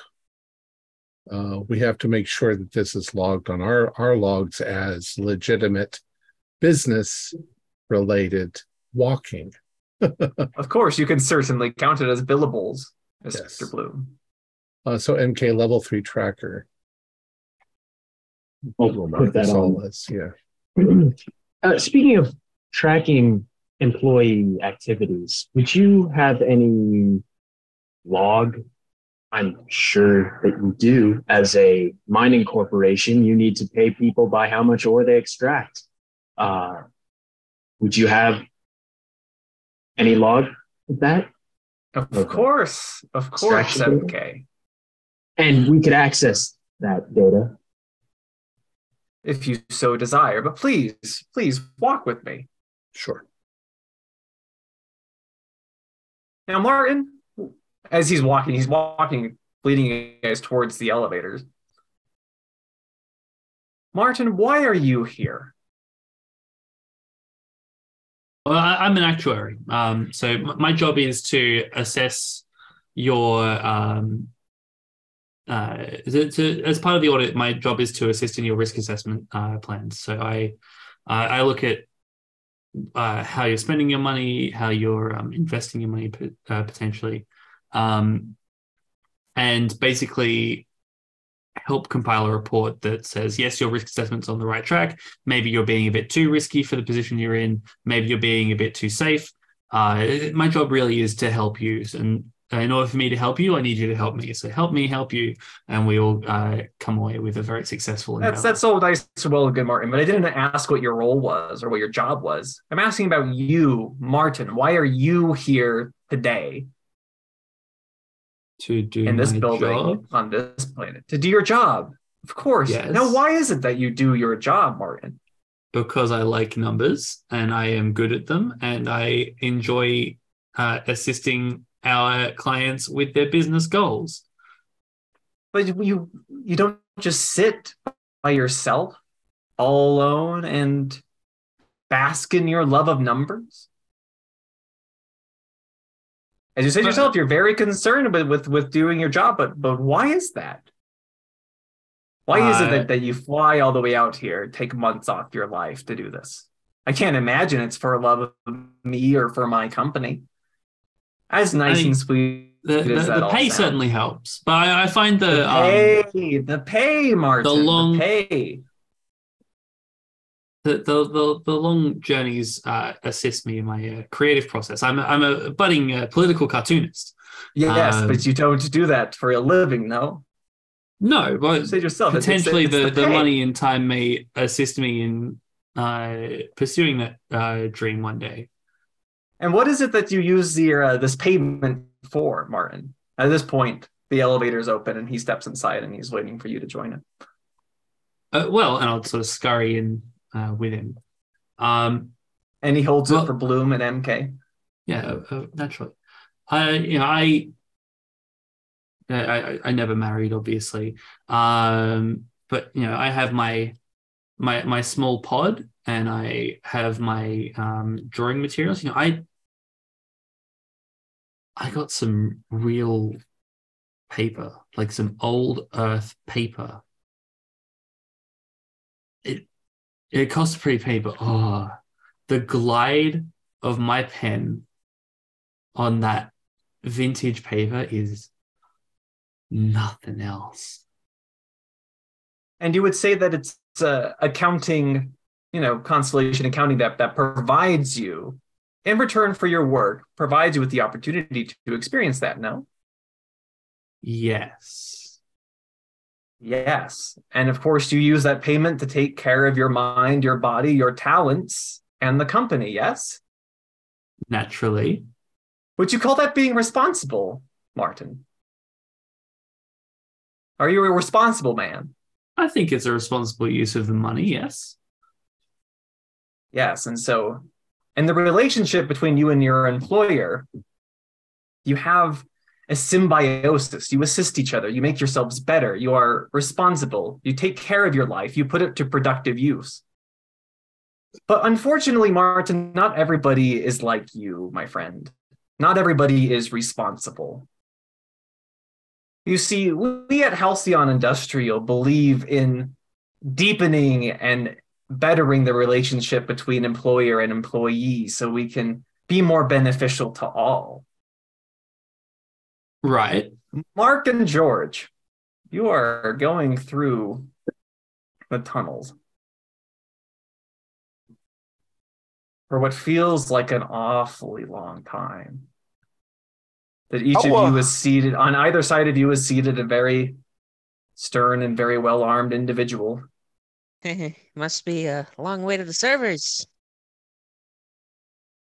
Right? Oh, you seem to be far more interested in the mining assets, Mr. Geets. Well, I had Might as well satiate the curiosity of the cat before they find themselves in difficult circumstances. Wouldn't you agree?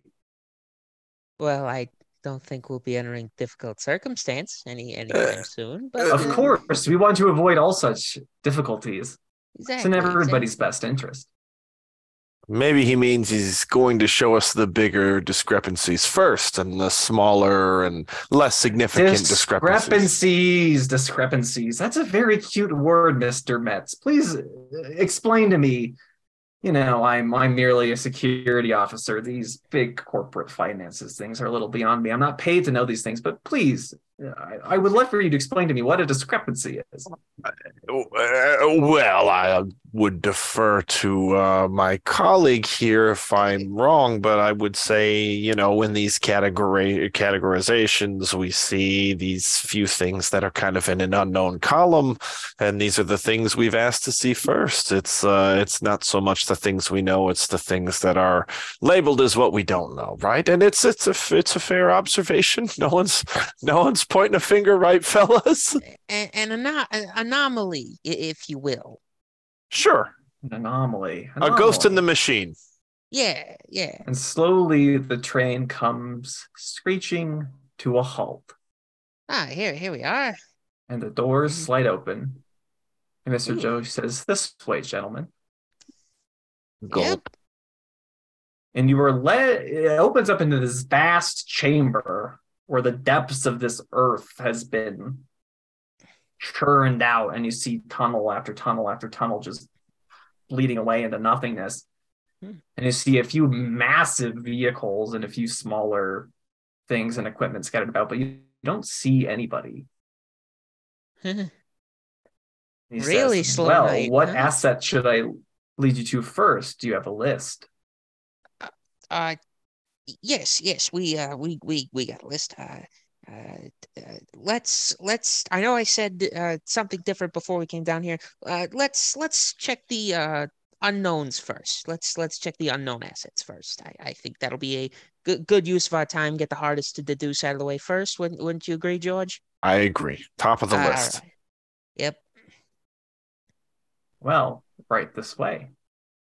And he starts and he flicks on a flashlight on his suit. The other guards do so likewise. And they start leading you down one of these long tunnels.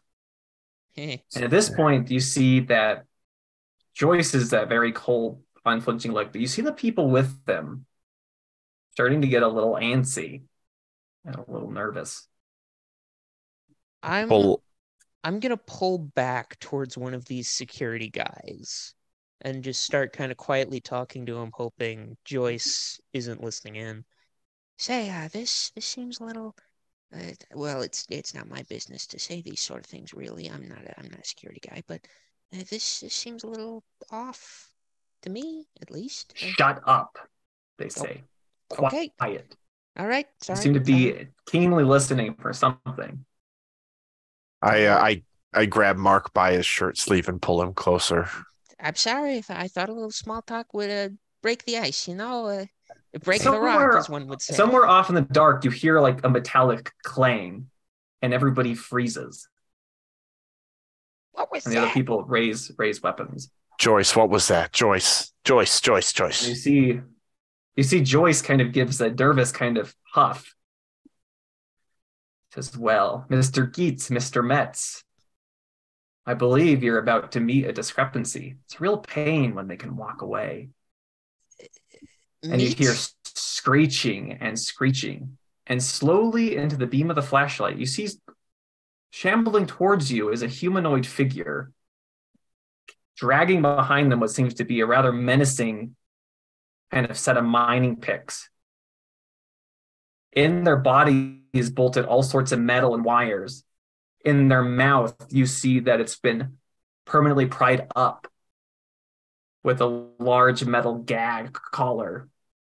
that kind of leads into a massive plug coming out of the back of their head. And you see scratched across the front one of those serial numbers you've been wanting to look at. You're looking at one of the uncategorized assets. Both of you can make a fear test, a panic test. Dear God! So first, you both need to roll fear. Yep, that's a fail. That's a failure. Okay, both of you will gain 1d8 stress. Okay. All right, D8.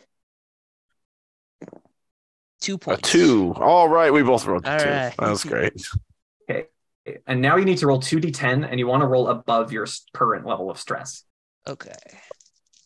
So right now I'm at 4. 41. 84. Oh, it's not a D100. You add the just a D10s D10. together. Oh, okay, right. perfect. So a 5. Okay. So okay. I got a 4. Is that above your stress? It meets it. So it sounds like both of you rolled below, did not beat your stress. I beat mine. I had a stress of 4. I rolled a 5. Yeah, he rolled a 5. He beat his. Okay, I so met mine. Keats, you are going to panic. All right. So I need you to roll the 2d10. What is your current stress level? 4. 4. Wait, what didn't you roll you rolled a 4? Yeah. Yes. Yep. Okay. Rolled a 4 and it was a 4. So let me find. Okay. So roll 2d10 again and add 4. All right. That is 46. Oh, so 4 plus 6. Sorry. See, yeah, 4 plus 2 and then 4 on that, so 10. So 10. A nervous twitch. So you start shaking violently. So you gain 2 stress, and Metz, who is next to you, also gains a stress. Uh-oh. It's okay. Calm down, buddy. Calm down. Meanwhile, back in the elevator going down, Mr. Sons continues. You see, our lovely colony, Alpha 7938, has been selected to be one of the proud participants in what you might try a trial program to improve the employee-employer relationship. Recently, we have rolled out a new section to our contracts that you may find rather interesting. Corpus Societis. You see, many individuals just don't seem to understand how to work. Mr. Bloom, Martin, MK doesn't have such problems, I'm sure, but some people just are always crying for more and don't want to take responsibility for what they've done. You know, they come here free of choice. It's competition. They could work for anybody, but they've signed the employment contract with Halcyon. And, well, they accumulate charges and debts and infractions. And, well, you see, it just seems impractical, irresponsible to let them continue in such behavior. And so we have introduced a clause, Corpus Societis. If any employee, due to gross negligence, has accumulated too much damages against the company claims legal dominion over their body to rectify that deficiency. And you reach, the elevator stops, and the doors open into what seems to be a machinist shop. And he says, please, gentlemen. Yes, based on what you were telling us just now, is there a legal precedent? A legal precedent? Well, it's in their contract. They are legally bound to it. Mr. Bloom. And I'm not sure how to, based on intergalactic law, is what you're talking about on the up and up. Intergalactic law, Mr. Bloom, is a rather interesting thing. You see, the last time I spoke with the head of cybernetic affairs, I was discussing about financing his next campaign for office.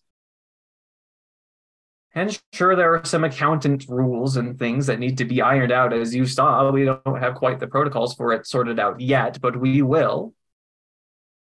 But I assure you, they signed the contract. It is all legally binding and above board, as my employee has told you. Fascinating. Well, I mean, that's an important aspect of it. If whatever modifications you're describing were agreed to by the employee, then that seems reasonable. That may be beyond our scope, as you say, of our audit. Yes, well, that is what we've been trying to explain to you, but I hope that this that this clarifies. But please, Martin, you're a man who must see, right? You are not a man. Absolutely. This sounds absolutely fascinating. So, are you saying, Mr. Sons, that these employees find it necessary to be incorporated into the greater body of the upper managements, like a hand attached to a brain? Do you know have you ever encountered an old Earth insect, MK, called an ant? Or perhaps their cousins, termites or bees? Oh, I have, certainly. Mr. Bloom, how would you describe the behavior of these social insects? Well, they work together for the common safety and viability of the hive. If you're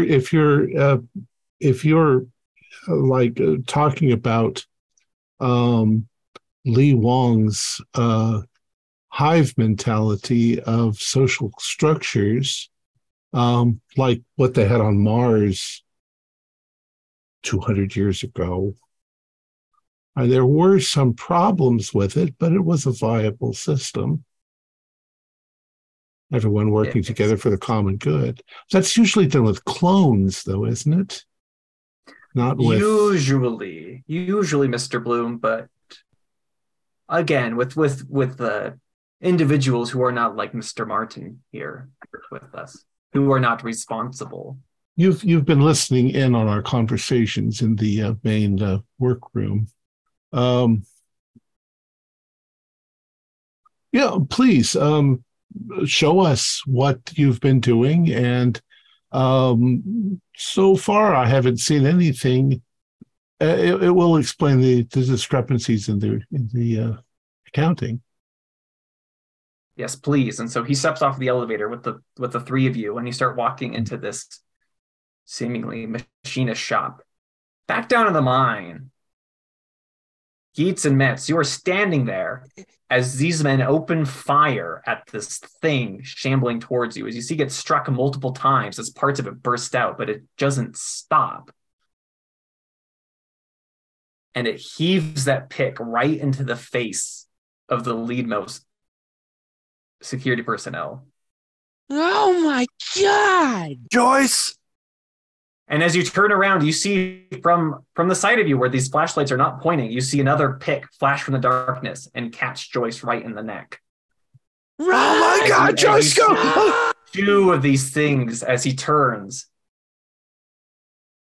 You see more and more as the guards start screaming, as they start grabbing them and dragging them off into the dark. What do the two of you do? I got to get me and my buddy out of here. Yeah, we're running back to the tram as fast as we can. Okay, so you two start just bolting off into the dark. Hand in hand like Jack and Jill. I'll be Jill. Let's go. Is there a way, real quick before we go, that I can grab one of these guards' guns, like a pistol, something off of them? Okay, you can roll speed. Okay. As you stop to try to grab a gun. All right, 19. I'm good. Mark, what are you doing? We got to get out of here. So as you grab it, you see one of these metal-coated wires and frame things barely like claws at your shirt, but you pulled away in time. Never liked that shirt anyway. Mashing the button on the elevator. Bolting back. There is no elevator here. We got to get to the tram. Oh, that's right. Yeah, that's right. As you hear the screaming of the guards being, well, you don't know what's happening to them, but they are screaming and screaming, echoing behind No, you as you no.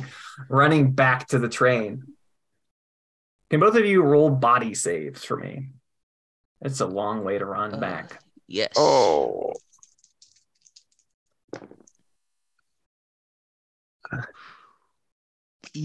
29 under 30. I am on But the edge. you pass, but you're getting pretty winded. Yeah. Mets? Yeah, I said it myself. I don't move too well on a regular day, and I failed. So,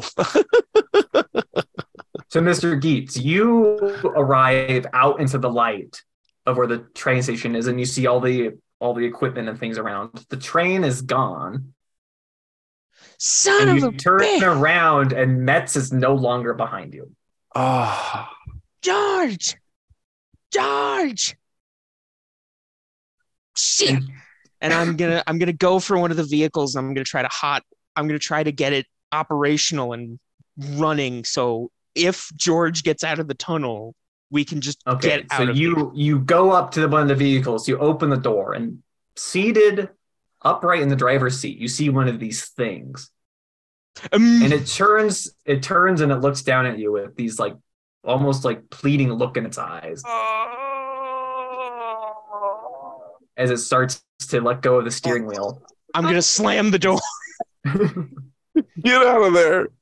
I'm just gonna slam the door and turn to where the train tracks were and just start running. Okay, so you're running, leaving following Metz. the tram tracks. I'm just gonna yell into the darkness, "I'm sorry, George! I'm sorry!" And I'm just gonna start running. So Metz, you come huffing eventually out of that tunnel. And you look around and you don't see Geets, but you do see one of these assets, let's say, standing next to the equipment, looking around, and it turns towards you. And you hear it go, like it's trying to speak. Okay. And it I don't. starts walking towards you. I don't. I look around. Is there anything that I can grab a rock off the ground or anything? There's rocks, there's wrenches, there's Grab a pick. mining Grab something picks, sharp. drills. I want to start with ranged. I'm going to throw it as soon as I can, but if it gets closer, I'll try and hit it with something else. So I'm just going to scramble for anything I can throw at it. Okay, so you throw a rock at it. So we'll have you roll strength. I don't think yeah. All right. That is an aught 5, so that's a success. Oh, this is terrifying. Okay, so you Yes, it is. you hit it square in the chest, and it kind of like stumbles, and it redoubles its effort to go. Oh my God. I'm scrambling And backwards looking. It starts trudging towards you faster. Oh my God. And behind you, you hear a step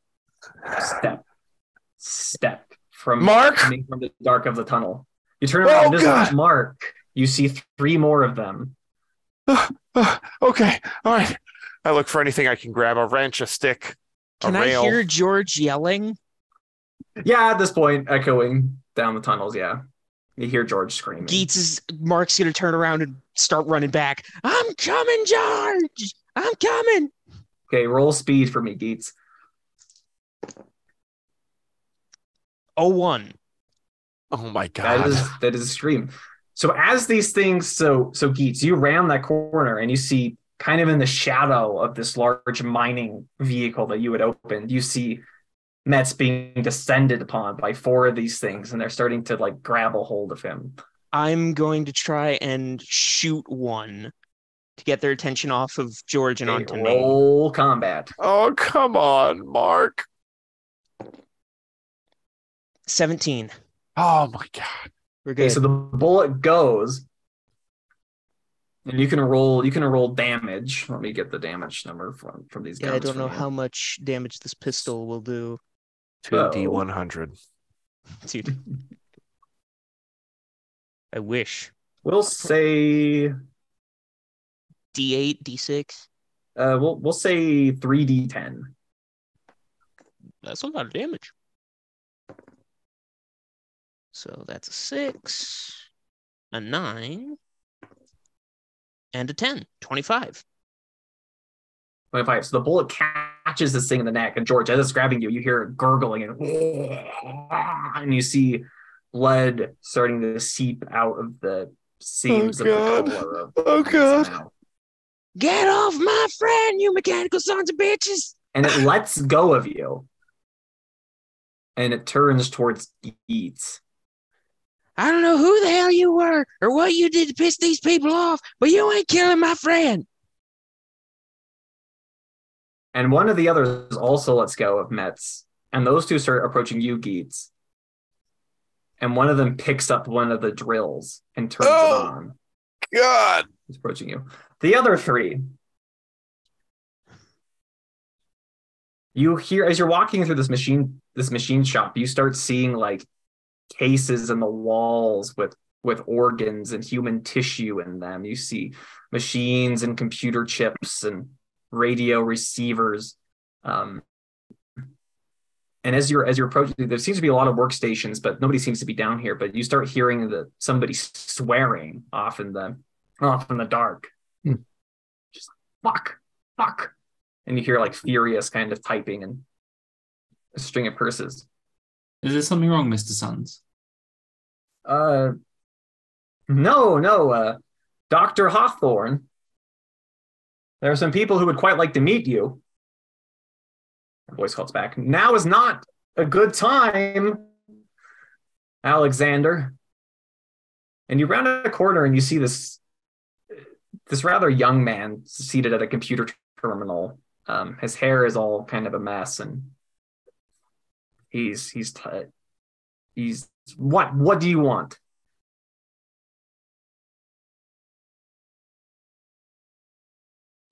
Dr. Hawthorne, I presume. Yes, who the hell are you?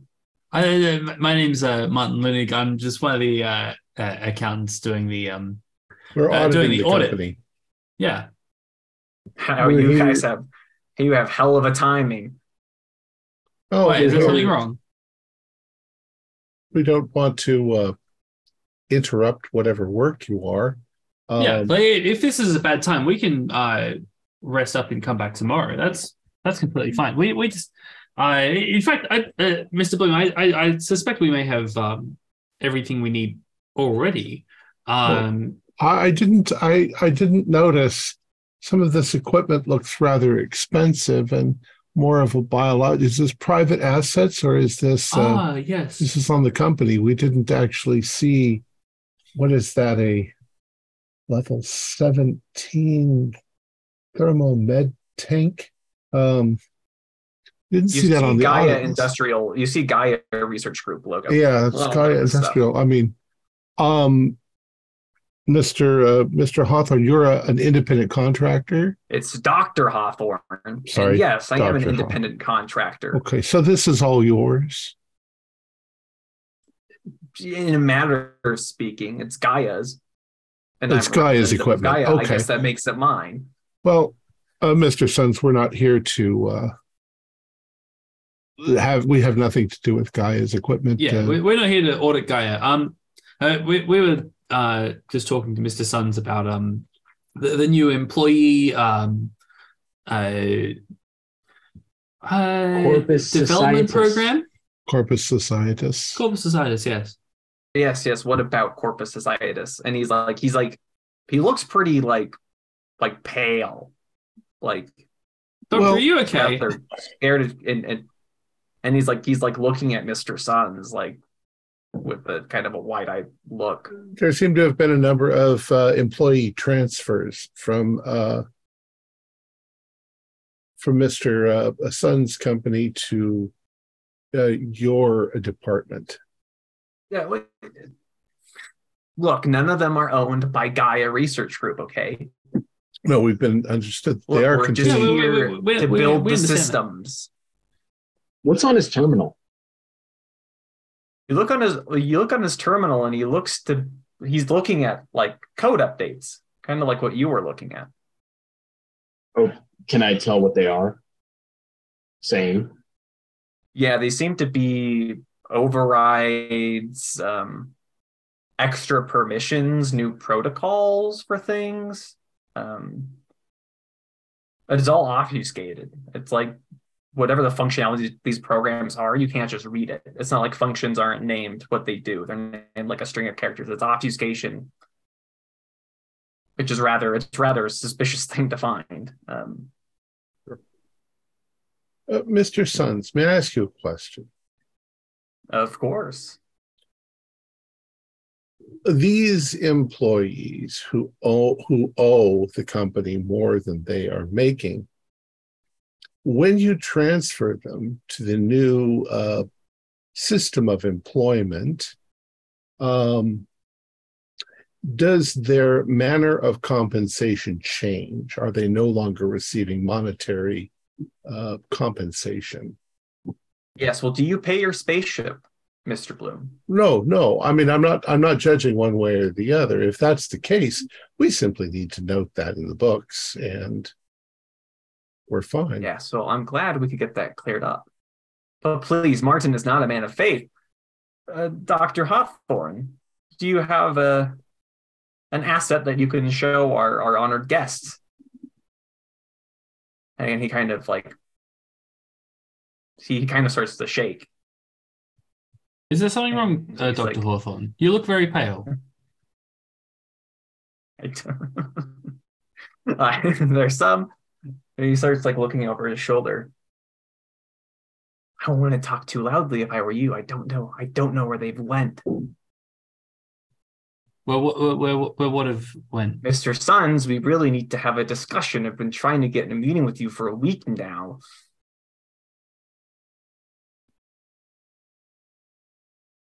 Do you need us to leave? We can go back. Yeah, to we can give you some privacy. This obviously seems quite urgent. I'm gonna start slowly backing away as subtly as I can. But this is giving me the old heebs-jeebs.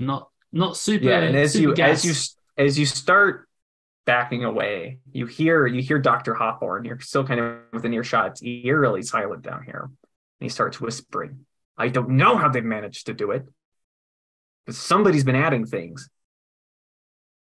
Look, I don't know, but I don't know. Hilda knows. I'm sure Hilda knows.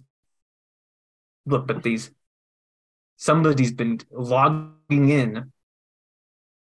They're telling themselves what to do, Mr. Sons. I warned you about this. I told you.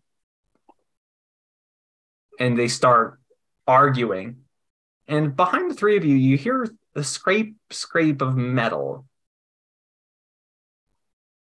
And you turn around and you see before you a man with that metal gag collar bolt. And he's holding scalpels in his hand and he's scraping them along the table and walking towards you. Here. I'm going to quietly move towards the side if it wants to head towards. You start moving to the side, but it's still moving towards the three of you. Okay. Hello? And you hear another scraping, and from another corner of the room you see one approaching with what looks like a bone saw. Dr. Hawthorne? What is... And he just stops. Doesn't speak. So the three of you can make panic tests. Okay. So first roll fear. Where is it? 92. That's not a good roll. That's 1d8 stress. Oh, fear. Yeah. Fear. Holy crap, I rolled 92. Also. Yeah, and I would say you would roll a disadvantage for being in the presence of MK, but you both already failed spectacularly. So I got a 7. both of you. And you said it's a 1d8? 7 stress. Yep. Thank God. I got a 7 stress too. Are we quantum locked? Damn it! What did you get? What do you get, MK? I'm fine. I got a 77. Of course you're fine. Oh, 77. You got an extreme pass. So you don't even.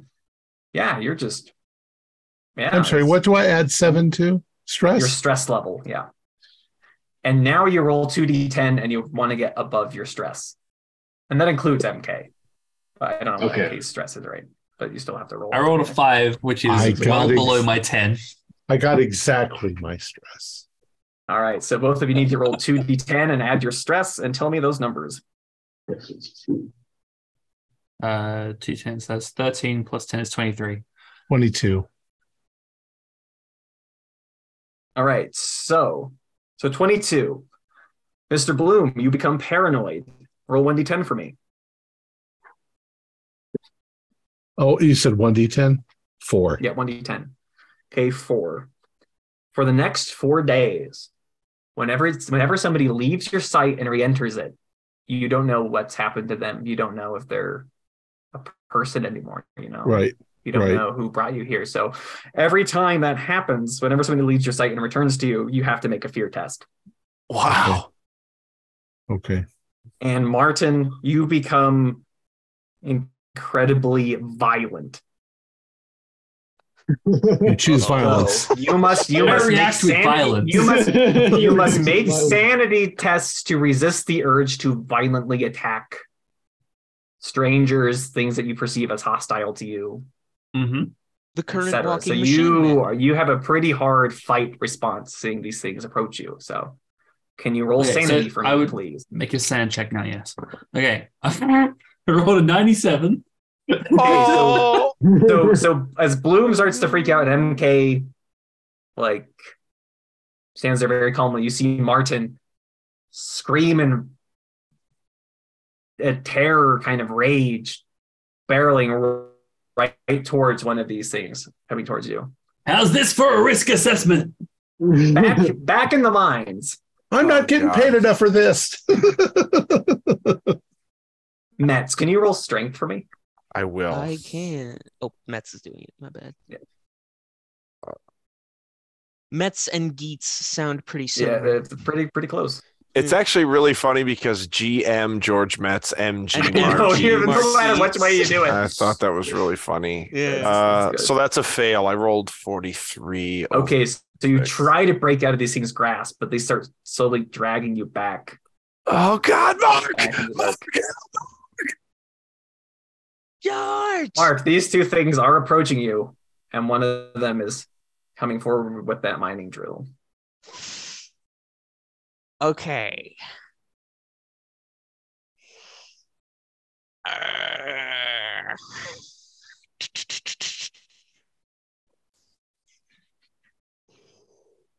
don't know what to do here. So as you freeze, you can roll your choice of combat or speed, because in your panic state and not knowing what to do, this thing is my combat is slightly better than lunging my at speed. you with this drill. 08 under 30. Okay, so it passes well. So we have to roll off again. Okay. Mothership does not accept tithe. 05. Before it passes well again. 25. Okay, and it 30. failed this time. Okay. So all of a sudden your brain clicks in and goes, "Oh shit!" and you fire, and this thing, you can roll the damage, the 3d10. Right. 8, 1, and 2, so 11. 11. So you pop around right into this thing's chest, and you hear it hit a lot of metal, and a disquieting amount of metal. But it's the thing jerks back, and so the drill stops just short of your chest. And I think with that time, Mark is going to run. I'm sorry, George. I'm sorry. And just start running back down to where the train left from. And as you're running down the tunnel, you hear George cry out as you hear that drill reach it very shrill. And is that the sound of bones? You've never heard a human ribcage be drilled into before. It's a new sound. Oh. It's hard, grindy, and wet. So you can make. I'll go ahead and do that now. I'm sorry. Yeah, I fail. I fail my sanity. Okay. Gain 1d6 stress. All right. So I'm at 4 right now. I'm up to 10. Oh boy. Now roll a panic test. Yep. And that is fear, correct? No, that is Ooh. you're trying to roll above your stress. Oh, well, I did. I got a 93 above my 10. Okay, so 9, 3, 12. So you actually lose one right. stress All right, because that's you're good. kind of like you're freaking out. but I'm you're freaking just- out, but I get focused on getting the hell out of this tunnel. Yes. 3 of you back down. Martin, can you give me a combat as you throw yourself at this scalpel wielding thing? An 87 will not cut it, I do not think. Oh no. Okay. And its 80 is also a failure, but in Mothership, if both of you fail, things get more complicated for both of you. So, Martin, you throw yourself on this thing and it throws you off. Its scalpel goes flying, but you also go flying and you come crashing down on a table where looming above you is the second one of these things with its saw. Oh dear. Bloom and MK, what are you two doing?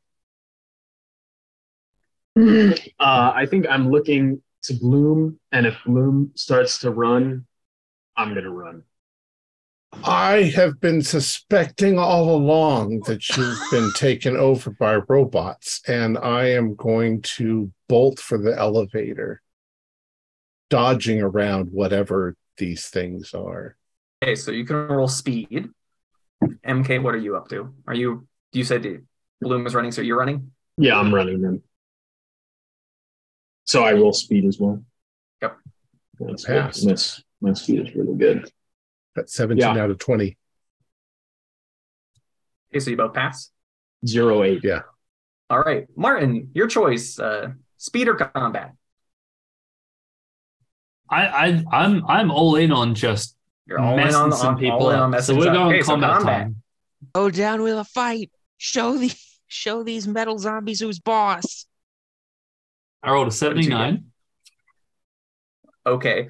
So as You tried. Mr. Bloom and MK, as you guys are running, you hear Martin scream in rage and defiance, and you turn and you see him like grabbing at this thing's arms, but they're getting pressed down, and they're getting pressed down, and they're getting pressed down, and slowly that saw starts to press into his head and his neck and starts to go back and forth as Martin gets his head rended off by this thing. Oh, So you can roll fear tests for me, both of you. well, are we really looking back? Because I'm running for the door.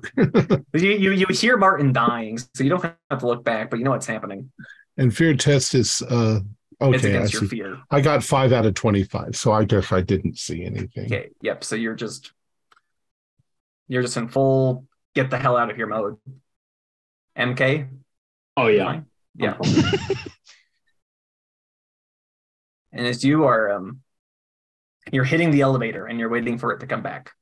Yeah, and I'm seeing MK running towards me, and I'm like, I don't care. close.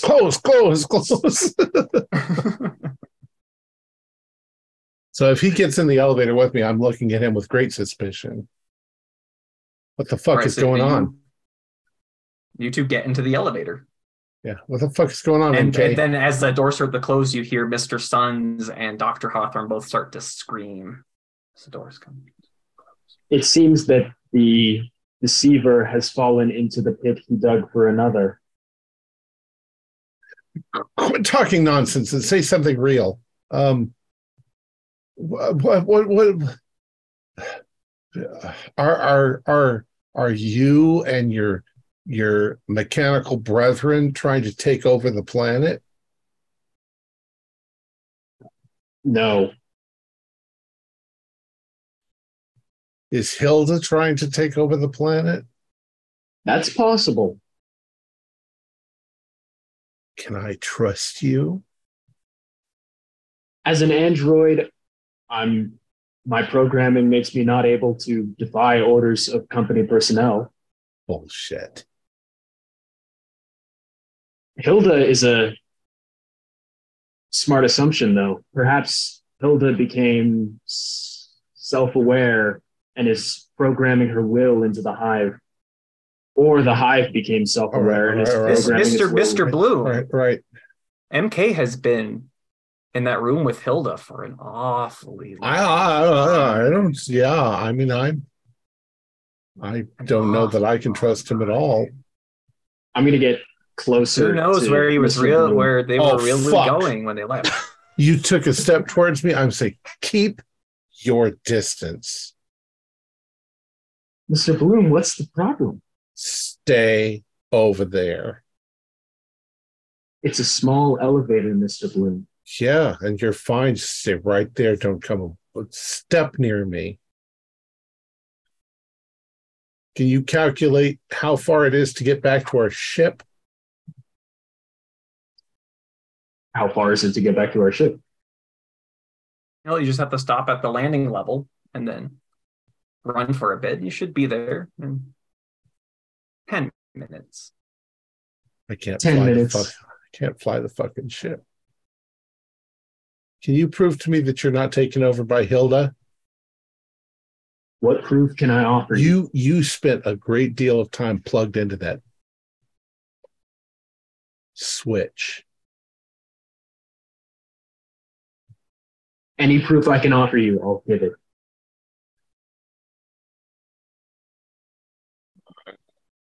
You're not going to blame me if I don't trust you. I can't promise that I won't blame you, but I will consider trusting you again 4 days from now. Okay. When we are on that ship and away from this fucking planet. Deal. Okay. So the elevator arrives at the landing area. You get out and you return to that dark, dilapidated corridor. Yeah. And you go down it, and Mr. Bloom, standing at the end, you see a smiling face and a waving hand. That's the creaker. Greetings, Constellation Accounting. MK, let's get past it. You make sure you're between me and that thing. As you wish. All right, I'm running. You move past it, and it turns, and it just keeps waving at you, smiling. Thank God. Welcome, Constellation Accounting.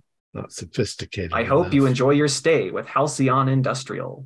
Actually, wait, I think I might have a prop. Hang on. Be right back. All right, so off I'm running to the ship. Ship open. Yep, and the ship opens. Okay. How do we open the docking bay door? That is an excellent question, MK. How do you open up the docking bay door? Well, we send a protocol to the main planetary computer, and we.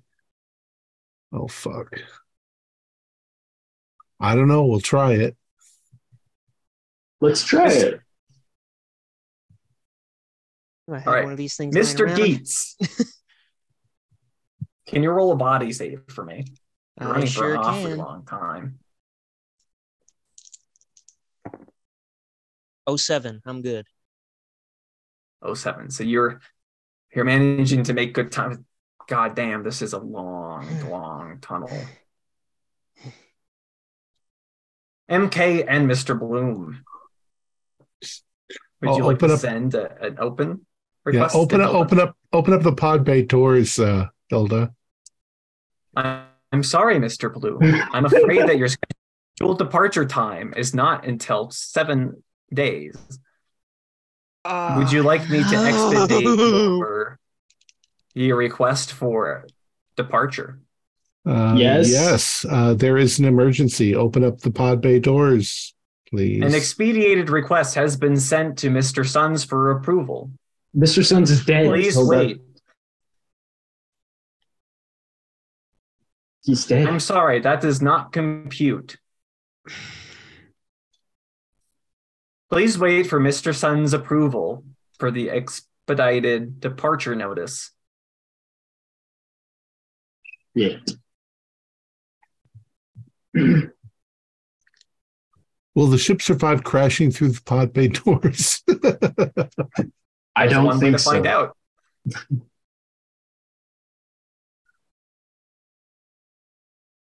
None of us have piloting either.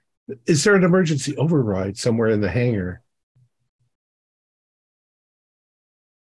So you get out, and again, welcome. Constellation Accounting.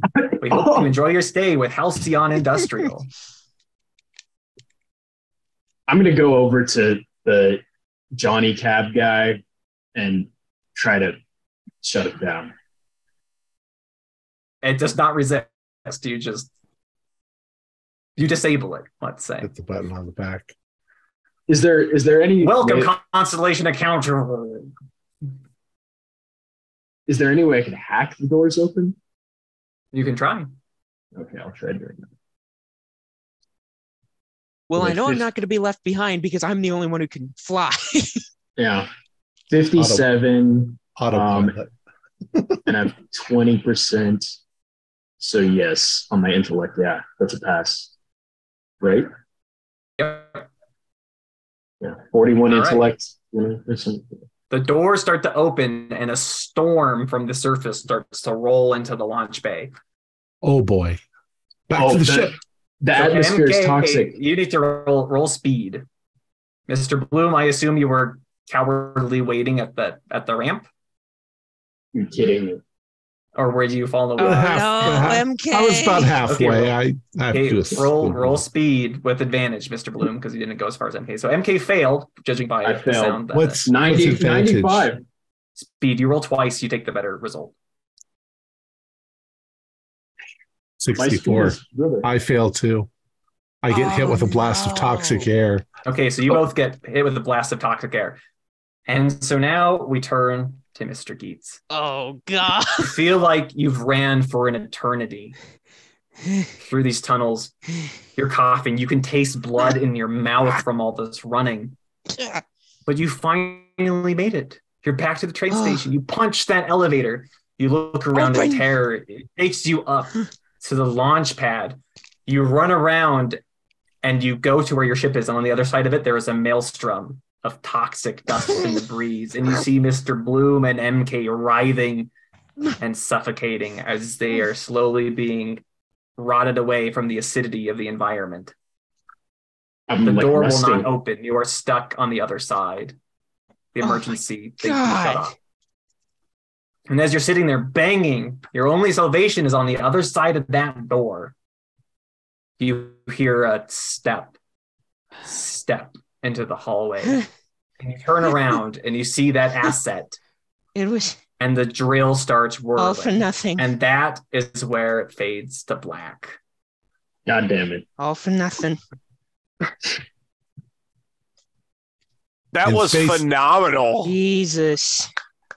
In Well, space, awesome. everyone Well can done. hear you scream. well done.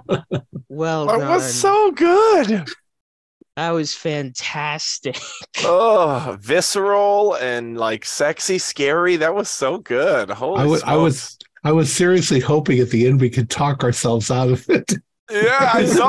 I noticed. You're like, yep, this all looks like business. Sure. Yeah, I was very like keen to just like, cool, we're gonna leave now. Bye. Yeah.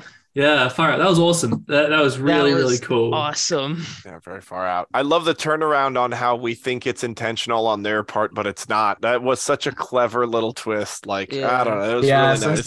so you guys didn't hack into the security incident logs, but they've been having what they've deemed industrial sabotage. Like miners have disappearing, people have been attacked, machinery's been Oh, and damaged. it's- So they thought there was like things. union, people Sure. industrial sabotage, but it was really These this things. hive mind that was developing as they were starting to override and add more and more protocols to Hilda so they could start taking more and more control. actions. That's crazy. Yeah. That's crazy. That was so good. All because Dr. Hawthorne installed an FXTMD1 chip because it was cheap. And it's like Grenfell all over again.